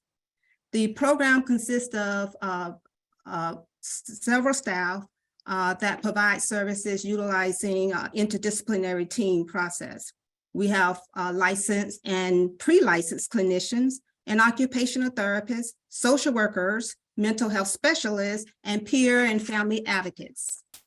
The Age-Wise programs treat all or full range of mental health diagnosis through a wraparound and full service partnership model. Diagnosis ranges from depression, bipolar, psychosis, just to name a few. The program aims to ensure consumers remain safely and independently housed by reducing barriers to care such as transportation and addressing homelessness through established partnerships and a collective impact approach here in San Bernardino County. Over the last 3 years, more than 99% of age-wise consumers remain in safe housing. 99% have been linked to primary care providers and address medical needs and preventative care, and more than 98% have avoided costly behavioral health and medical hospitalization. Age-Wise is a 3-time national award-winning program. They were awarded by U.S. Aging, given the Innovation and Achievement Award in 2001, and received 2 National Association of Counties Award in 2021 and 2022. Additionally, by popular demand, the Age-Wise program has been invited to share several venues by presenting presentations at various conferences and also various board meetings, commission meetings, just to name a few. As recent as July of last year, They were instrumental in presenting in Austin, Texas, and they have been invited throughout the state of California to present at various AAAs and also various conferences. While the program is embedded and operated under the auspices of the Department of Aging and Adult Services, that also has the Area Agency on Aging here in San Bernardino County, we also have a very strong collaborative partnership with the local County Department of Behavioral Health. And we are very pleased with that partnership. And in fact, this program would not be possible if we did not have that strong collaboration here in San Bernardino County. The program also is able to be funded by the Mental Health Service Act funds from the Department of Behavioral Health. And also we receive Medi-Cal reimbursement for our services. The ability to bill Medi-Cal for services positions us in the new CalAIM structure as our states continue to move towards building, addressing behavioral health across the lifespan. Once again, I would like to thank the Commission today for your unwavering support for the Master Plan for Aging, for your ongoing support for this initiative that's being presented to you today. And more importantly, I would like to thank you in advance for your investment in resources and also your ongoing support for the older adults here in California. Thank you. Back to you, Susan. All right. Thank you, Sharon. And I believe we had just one more slide where we outlined the beginnings of a concept of a proposal to work in strategic partnership with the Commission, along with our community, local and community and academic partners there we go, thank you. So we are, we've had some conversations, and again, I just really want to give my thanks to all of the Commission staff who've been working with us and guiding us. And we would like to triple the number of PEARLS sites statewide. We would like to replicate AgeWise in at least 2 additional counties. As you heard from Sharon, she is, asked to provide technical assistance. There's a real strong desire to replicate this based on the reputation of the program and the lack of senior and older adult specific programming that exists. And we believe, based on the outcomes that we've seen in San Bernardino County, that with an effective evaluation, that this could become an evidence-based program adopted by our area agencies on aging. And then also looking at the Mental Health Wellness Act funds to consider. It's so important to the Commission and to the Department of Aging and all of our partners that these efforts are aligned with CalAIM, with the new Medicare Office of Innovation and Integration that's part of the Department of Healthcare Services, and that we are able to sustain this. So to that extent, we would need some data collection, some technical assistance, and it's critically important. We have a strong track record of involving older adults, people with lived experience and diverse perspectives, but not in a coordinated way around behavioral health and mental health. And so this would give us the opportunity to do that with your support. And then last, and then we want to hear from you, questions and comments. I believe there's one more slide. We're very intrigued. There is a perception, a false perception, that older adults have it made because they have Medicare, and that is not our experience. So there's a high need to collect data, Medi-Cal data, Medicare data, VA data, commercial insurance data, and to really create a profile of what's happening in California for older adults that includes diagnostic codes, utilization data, to really help us build out that older adult system of care for the future. And then we're so impressed by what the Commission has done to date with subpopulations in the advocacy world, veterans being one of them, And we'd love to plant the seed for you about possibly including older adults as one of those populations where there might be advocacy resources to bring together, again, the people with lived experience, older adults, family caregivers, and subject matter experts to work in a coordinated way up and down the state, locally and statewide. And so I believe that concludes our slides for you. We are so grateful for this agenda item, your focus on this topic today. And we open it up now to any questions and comments so we can be a resource to all of you. And thank you again. And thank you, Sharon. Thank you, Susan and Sharon. We greatly appreciate the information. Thank you for taking the time to present to us today.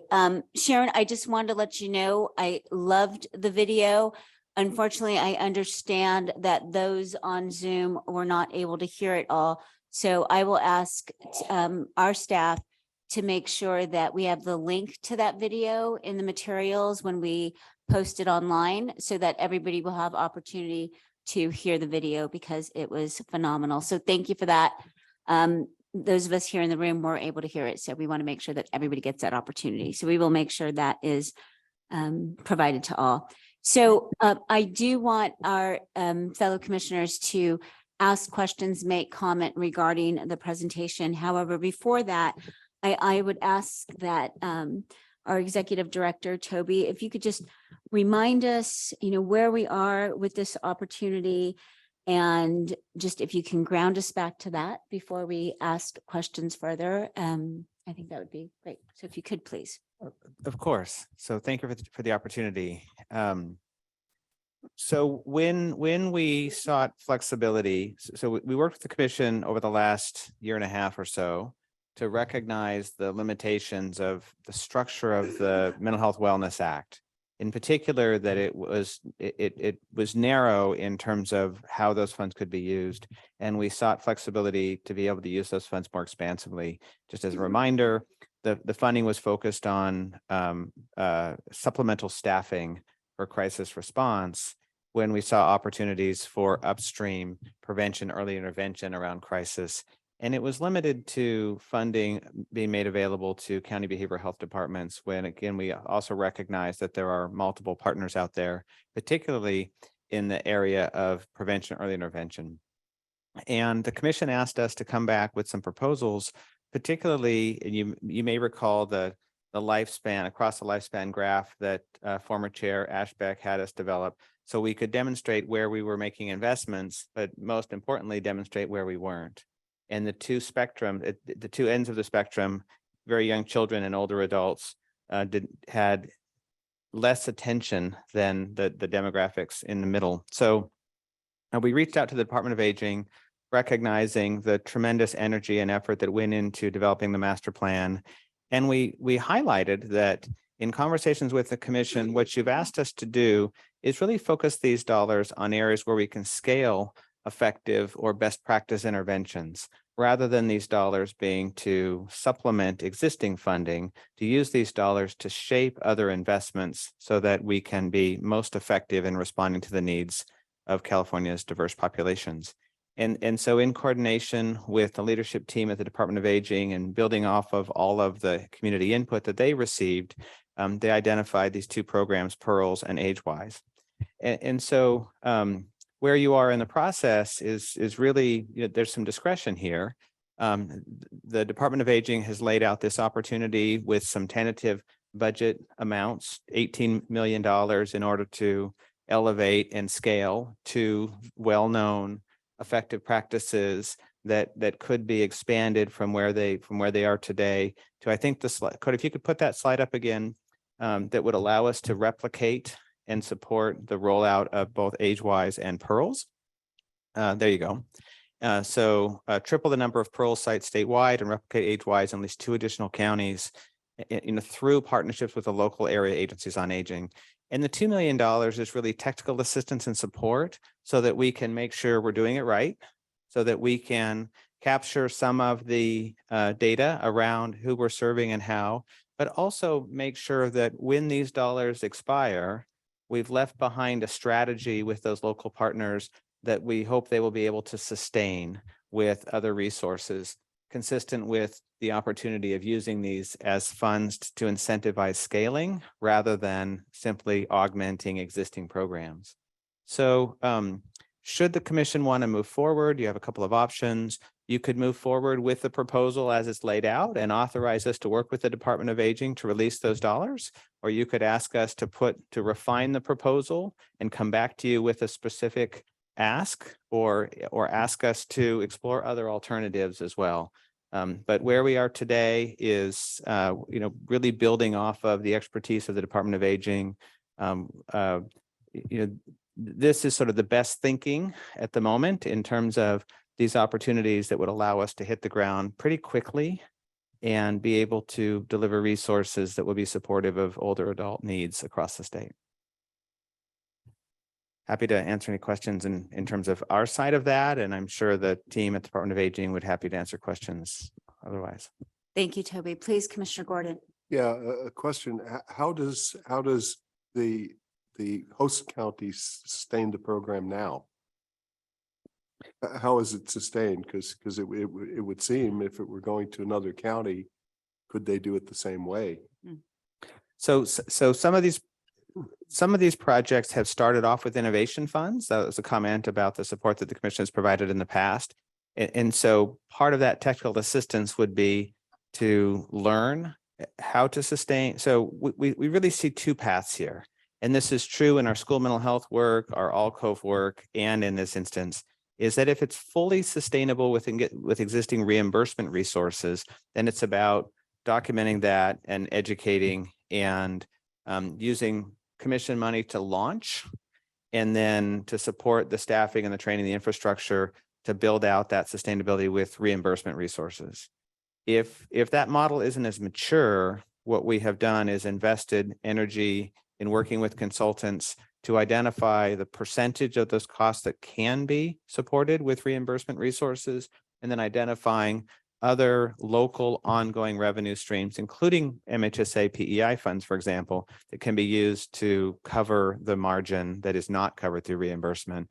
And so we've really designed our strategy here to not be limited to only those programs that are what we might call plug and play, but to recognize that we want to be able to support local partners to move dollars from perhaps lower value to higher value as they make decisions about who they're serving, particularly in this instance where what we're trying to do is do a better job preventing and intervening in a crisis rather than spending higher dollars to respond to repeated crisis. And so you saw some of the data around reductions in hospitalizations, for example.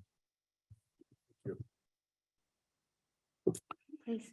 Yes, Commissioner or Chair Madero-Weiss. Sorry, I seem to be connected to a lot of agenda items today, and this happens to be another one. I think this is a great program. It's typical of our governor, who is trying both to help people, and this is going to save a lot of money for the state in the long run. I do a lot of work with the UCSF Memory and Aging Center, and the MAC started 20 years ago at a point where we thought Alzheimer was a memory issue, which it's not. And since then, they've identified 42 different types of aging diseases, which is sort of the first step to solving the problem, which we're still unfortunately in the early stages, but you're starting to see solutions come out in this whole population or on the health side. But what we know from the research are two things: that broadly, if you address the social determinants of health of the elderly populations, you will delay or even eliminate a lot of these aging diseases. And more specifically, and specific to this commission, the behavioral health side, the behaviors that change as a result of these diseases are actually the canary in the coal mine. That's what you often see first. And so it's important. These services are important because they can identify issues that are changing early on with the hope that they can be addressed in order to bring in interventions that can reduce the overall impact, because we're facing just a massive pandemic of elderly diseases like, we can't even imagine because of our demographics. So I think this is very forward thinking for this commission to get in this game. And I would support whatever staff thinks is reasonable, but aggressive to be able to do something meaningful. Thank you. Thank you, Commissioner Carnavale. Any other questions or comments? Chair Commissioner- Madigan, yes, yes, I please. agree. This was a great presentation and definitely something I think would be wonderful to support. It's the expansion of, and then also the just for clarity on next steps after those other areas that we identified. There's what would be left for that and plans for discussions about that at future meetings? Yes, so Toby, if you would, again, remind us the other areas that we had talked about.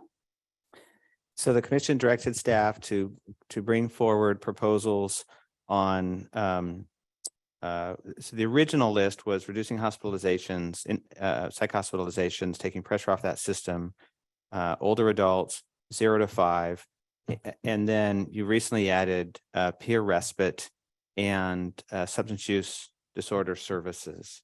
And so last week or the week before, during the Children's Committee, we heard a presentation on opportunities in the 0 to 5 space. We're still working to give you a presentation. And then we'll work with Commissioner Tamplin on the peer respite proposal and Commissioner Danovich on the SUD proposal. So we have some homework to do. We're trying as best we can, given our staff resources, to move this forward. In this instance, we tremendous benefit to the fact that the Department of Aging was willing to sit down with us and share their lessons learned and all of the work that they had done. And so that actually allowed us to bring this forward faster than was true for the other topics. So. Yeah, Vice Chair Alvarez, I see your hand. Absolutely, please comment. I just wanted to add, so I appreciate, Toby, that you are reminding us of those things that we have brought forward. And so we are not forgetting those. But it is very important that we honor the lifespan. So I think that that's something, and I know you all agree, but I think that that's something that was really important to all of us, as we've been bringing this up also within PEI, that it is across the lifespan. And so there's been great efforts in student mental health, in our little ones. And so having our 0 to 5 also be highlighted is important. But, having our older adults, I think it's honoring all of Californians. So really happy that we had this presentation here today. So I will ask Commissioner Alvarez, please, Vice Chair, your comment, please. Thank you, Chair Madrigal-Weiss. Just really quickly, I wanted to thank our representatives from the Department of Aging for the presentation. I have heard nothing but incredible community feedback about the inclusive process to get to the final master plan. So really want to commend the department's commitment to inclusion and community voice in that process, and would encourage us as we work to distribute these resources to keep that commitment alive, especially that the data that was shared about the increasing diversity of our older community. It's going to look different than what our older community looks like today, and being responsive to the specific needs of our diverse communities is something that we've talked about. The opportunity to elevate community-defined evidence-based practices and really uplift the leadership and knowledge of these communities. It's really encouraging to know that that was essential to the process to get us to this master plan. And then, to see it even come alive again with the investment of the Mental Health and Wellness Act Fund. So I don't know if that needs a specific amendment to the motion, or if it's something that we can just say and put on the record as something that will be done, Toby, in the process moving forward. But really want to just thank them for their leadership, and I'm excited to see what's to come. And then the last thing I will say, to the chair's just point about, the commitment across the lifespan. There is ample research that talks about the importance connection across generations and the intergenerational power of connecting our older community with our children. and what that does both for children's development as well as the well-being of our older adults. So perhaps that's something we can explore as well as we look at innovative ways to uplift the mental health of everyone across the lifespan. So thanks. Thank you, Vice Chair Alvarez. I see we haven't entered general comment yet, but I see Tina from San Bernardino. I don't know if you are, did you want to answer Commissioner Gordon's question around sustainability? And if the answer to that is no, then I am going to ask that you wait for public comment. You're going to wait for public comment? Perfect. Okay, thank you, Tina. Appreciate that. So at this time, any other questions or comments from commissioners? And if not, we will move on to public comment.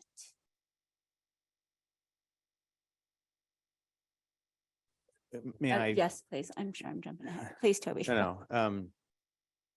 Just, in the since the topic is on the table and we had the conversation earlier today around advocacy funds. So one of the potentials that you might consider is to work with the governor's office and the legislature to seek advocacy funding consistent with what we have been able to do with so many other priority groups of folks, but targeting the needs of older adults, consistent with the master plan. So this is something that we've been talking internally as a staff as we think about our tools. The advocacy resources are an essential tool, primarily because they elevate the voice of the populations that we serve. And so just wanted to put that out there. That doesn't have to be a topic that you discuss today. It's not on the agenda. But that's something that if you're interested, we could bring that back and ask you to explore. It would require a budget ask on the part of the governor's team and the legislature, and we're more than happy to do that. But it is very consistent with the work the commission's done in the past. So I would say that, yes, that's what we would want to do. So, but it doesn't require, tell me what that would require to move forward on that. The best way to do that would be for us to agendize that at a future meeting date so that it's clear in the agenda that that's what we're doing. Okay. We could probably, fit the legal requirement, but in the consistency of the spirit of the commission's operations to be very deliberate. We will come back to you in January with that as a request. But in the meantime, we'll explore some of those opportunities with our colleagues on the budget side. Perfect. Thank you, Toby. Okay. So now I will move to public comment. So at this time, Mariani, could you please open the line for public comment? Yes, we have currently 3. Tina, your line is open. You can go ahead. Thank you, commissioners. My apologies for the situation earlier. On behalf of our interim director, excuse me for my voice as well, Dr. Georgina Yoshioka and the San Bernardino County Department of Behavioral Health, we would like to acknowledge the exceptional delivery of services that is being provided to our older adult residents in this county through the Department of Aging and Adult Services AgeWise program, specifically addressing these populations' complexity of behavioral health needs. We are very, very appreciative of our collaborative partnership with our fellow county Department of Aging and Adult Services. Thank you. Thank you.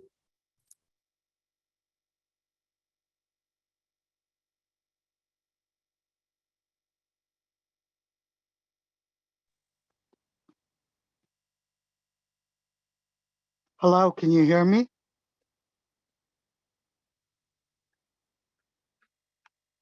Hello? Can you hear me? Richard, looks like we lost the room. I'm going to see if we can get them back up. Just one moment, please.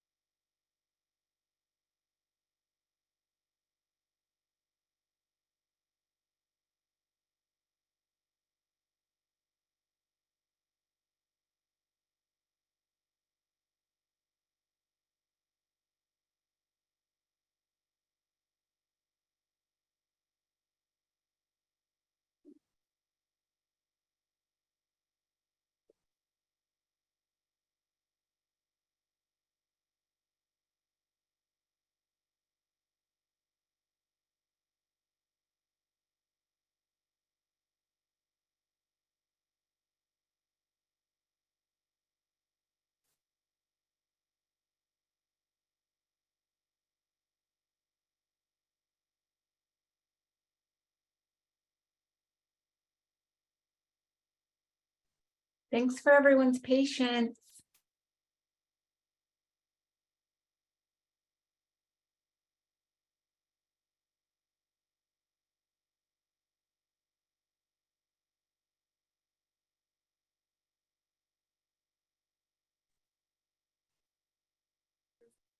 A thumbs up, if we can get a thumbs up. Vice Chair Alvarez. Yay, Vice Chair Alvarez gave us 2 thumbs up. All right, we're back on.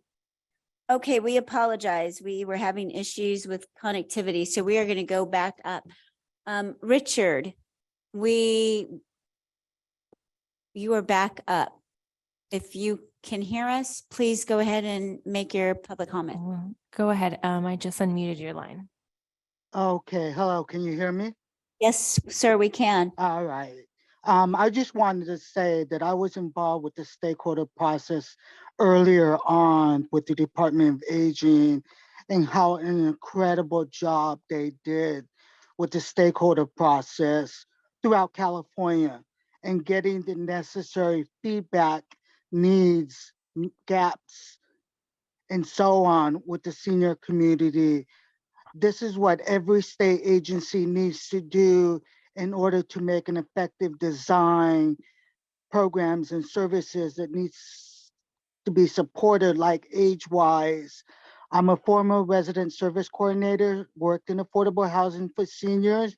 So I have worked with seniors, connecting them with mental health, medication management, diabetes program, and so on. So it's critical support for the seniors that need these type of services in order for them to remain in their own communities instead of being institutionalized or homeless for those that end up being homeless because there was no wraparound support services such as what AgeWise provides. The only question I have is in regards to the mental health specialist position and the peer family position is that the part that's funding to make sure that they're getting paid a living wage and providing the support that they're providing to seniors. Because what we don't want is constant change of staffing because that affects the quality of services with any organization, big or small. So we want to make sure we have a high retention of staff to be able to serve the senior communities that are being served under this program that may be funded with the Oversight Commission. So thank you. Good job to Department of Aging. It's good to hear. Thank you, Richard. Okay, next we have Carol. Your line is unmuted. You can go ahead.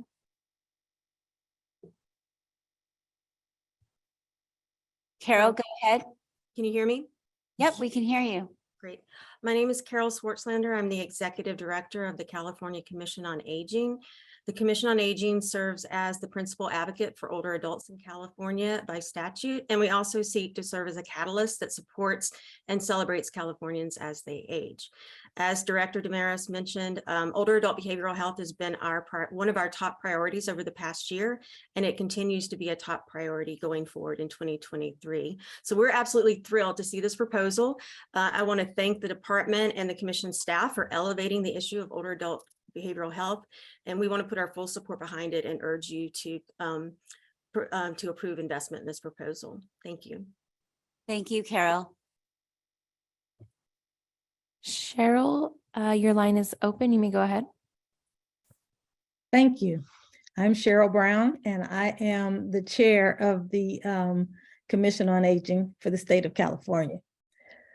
I was looking at and listening to this wonderful presentation by two women that I have a lot of respect for and have a lot of admiration for. And as I look at AgeWise, I think that more needs to be done in the community. It started and we know it's there, but I can, one of the things that happened, I am from San Bernardino. Our director, Susan Damaris, came to San Bernardino, came to my church, and with Sharon, was able to let our community know what was out there and what was available.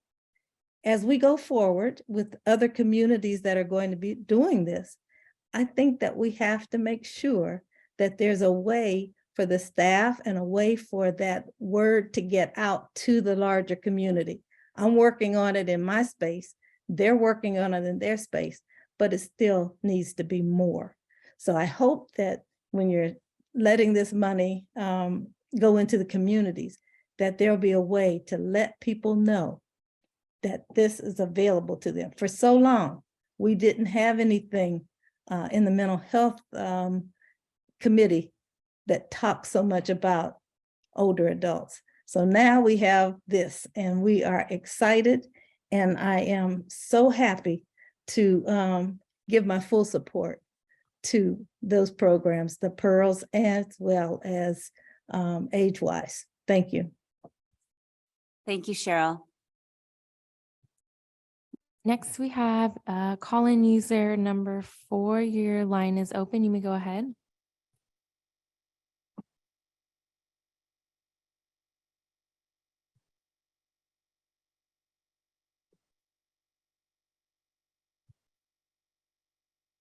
Hi, this is Mark Karmatz, and I want to go off subject for a minute, and go on to another subject that was discussed before, and that is there was a workshop that was done at Alternatives called the Youth Era, and a guy named Martin Rafferty is an international speaker. He is in Oregon, I believe, and can speak to hundreds of thousands of young people through drop-in centers and peer-to-peer support services. And he did a workshop at the Alternatives Conference 2022. And my thought is that maybe we might want to connect with him. And we can give you probably send you the information on that. Thank you, Mark. And do you want that? You can write into the line and staff can record that. So you Okay. can write it into, yes, thank you. Appreciate that. All right, you're welcome. I see no other comments online. No, that was our final comment. Perfect. And nothing in the room? Commissioners, I would, based on the public comment, the wonderful presentation, and just the dialogue in the room and from commissioners online. Commissioner Rolette, please. I'm sorry, sir. I missed you, but I see your hand now. If you'd like to make a comment. Thank you, Chair. I wanted to acknowledge this to staff and to the presenters of this proposal, that it is particularly helpful to hear from members of the community, not just their endorsement of the proposal, but recommendations related to how to improve and even an objective critique of the proposal. It is enlightening. I'm more familiar with Pearls and very hopeful as I individually enter into the older adult category. Very hopeful that this proposal will allow for not just a unique array of stakeholder involvement, but stakeholder involvement that will inform other communities, especially those communities that are often not represented well. It is particularly helpful when you get, in my opinion, members of that community to engage in a very objective, frank conversation about this is what worked, this is what needs to be sustained, and this is what needs to be considered as you advance these ideas. Those ideas as they are represented by the members of the public, very helpful. Again, I want to reiterate and underscore, I appreciated the public comment regarding this particular proposal. Thank you, Commissioner Rolette. Could not agree more.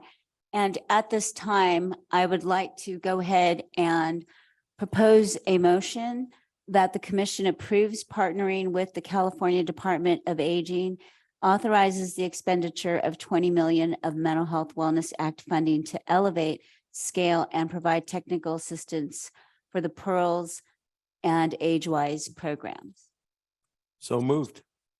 Thank you, Commissioner Carnavale. And do I have a second? Second.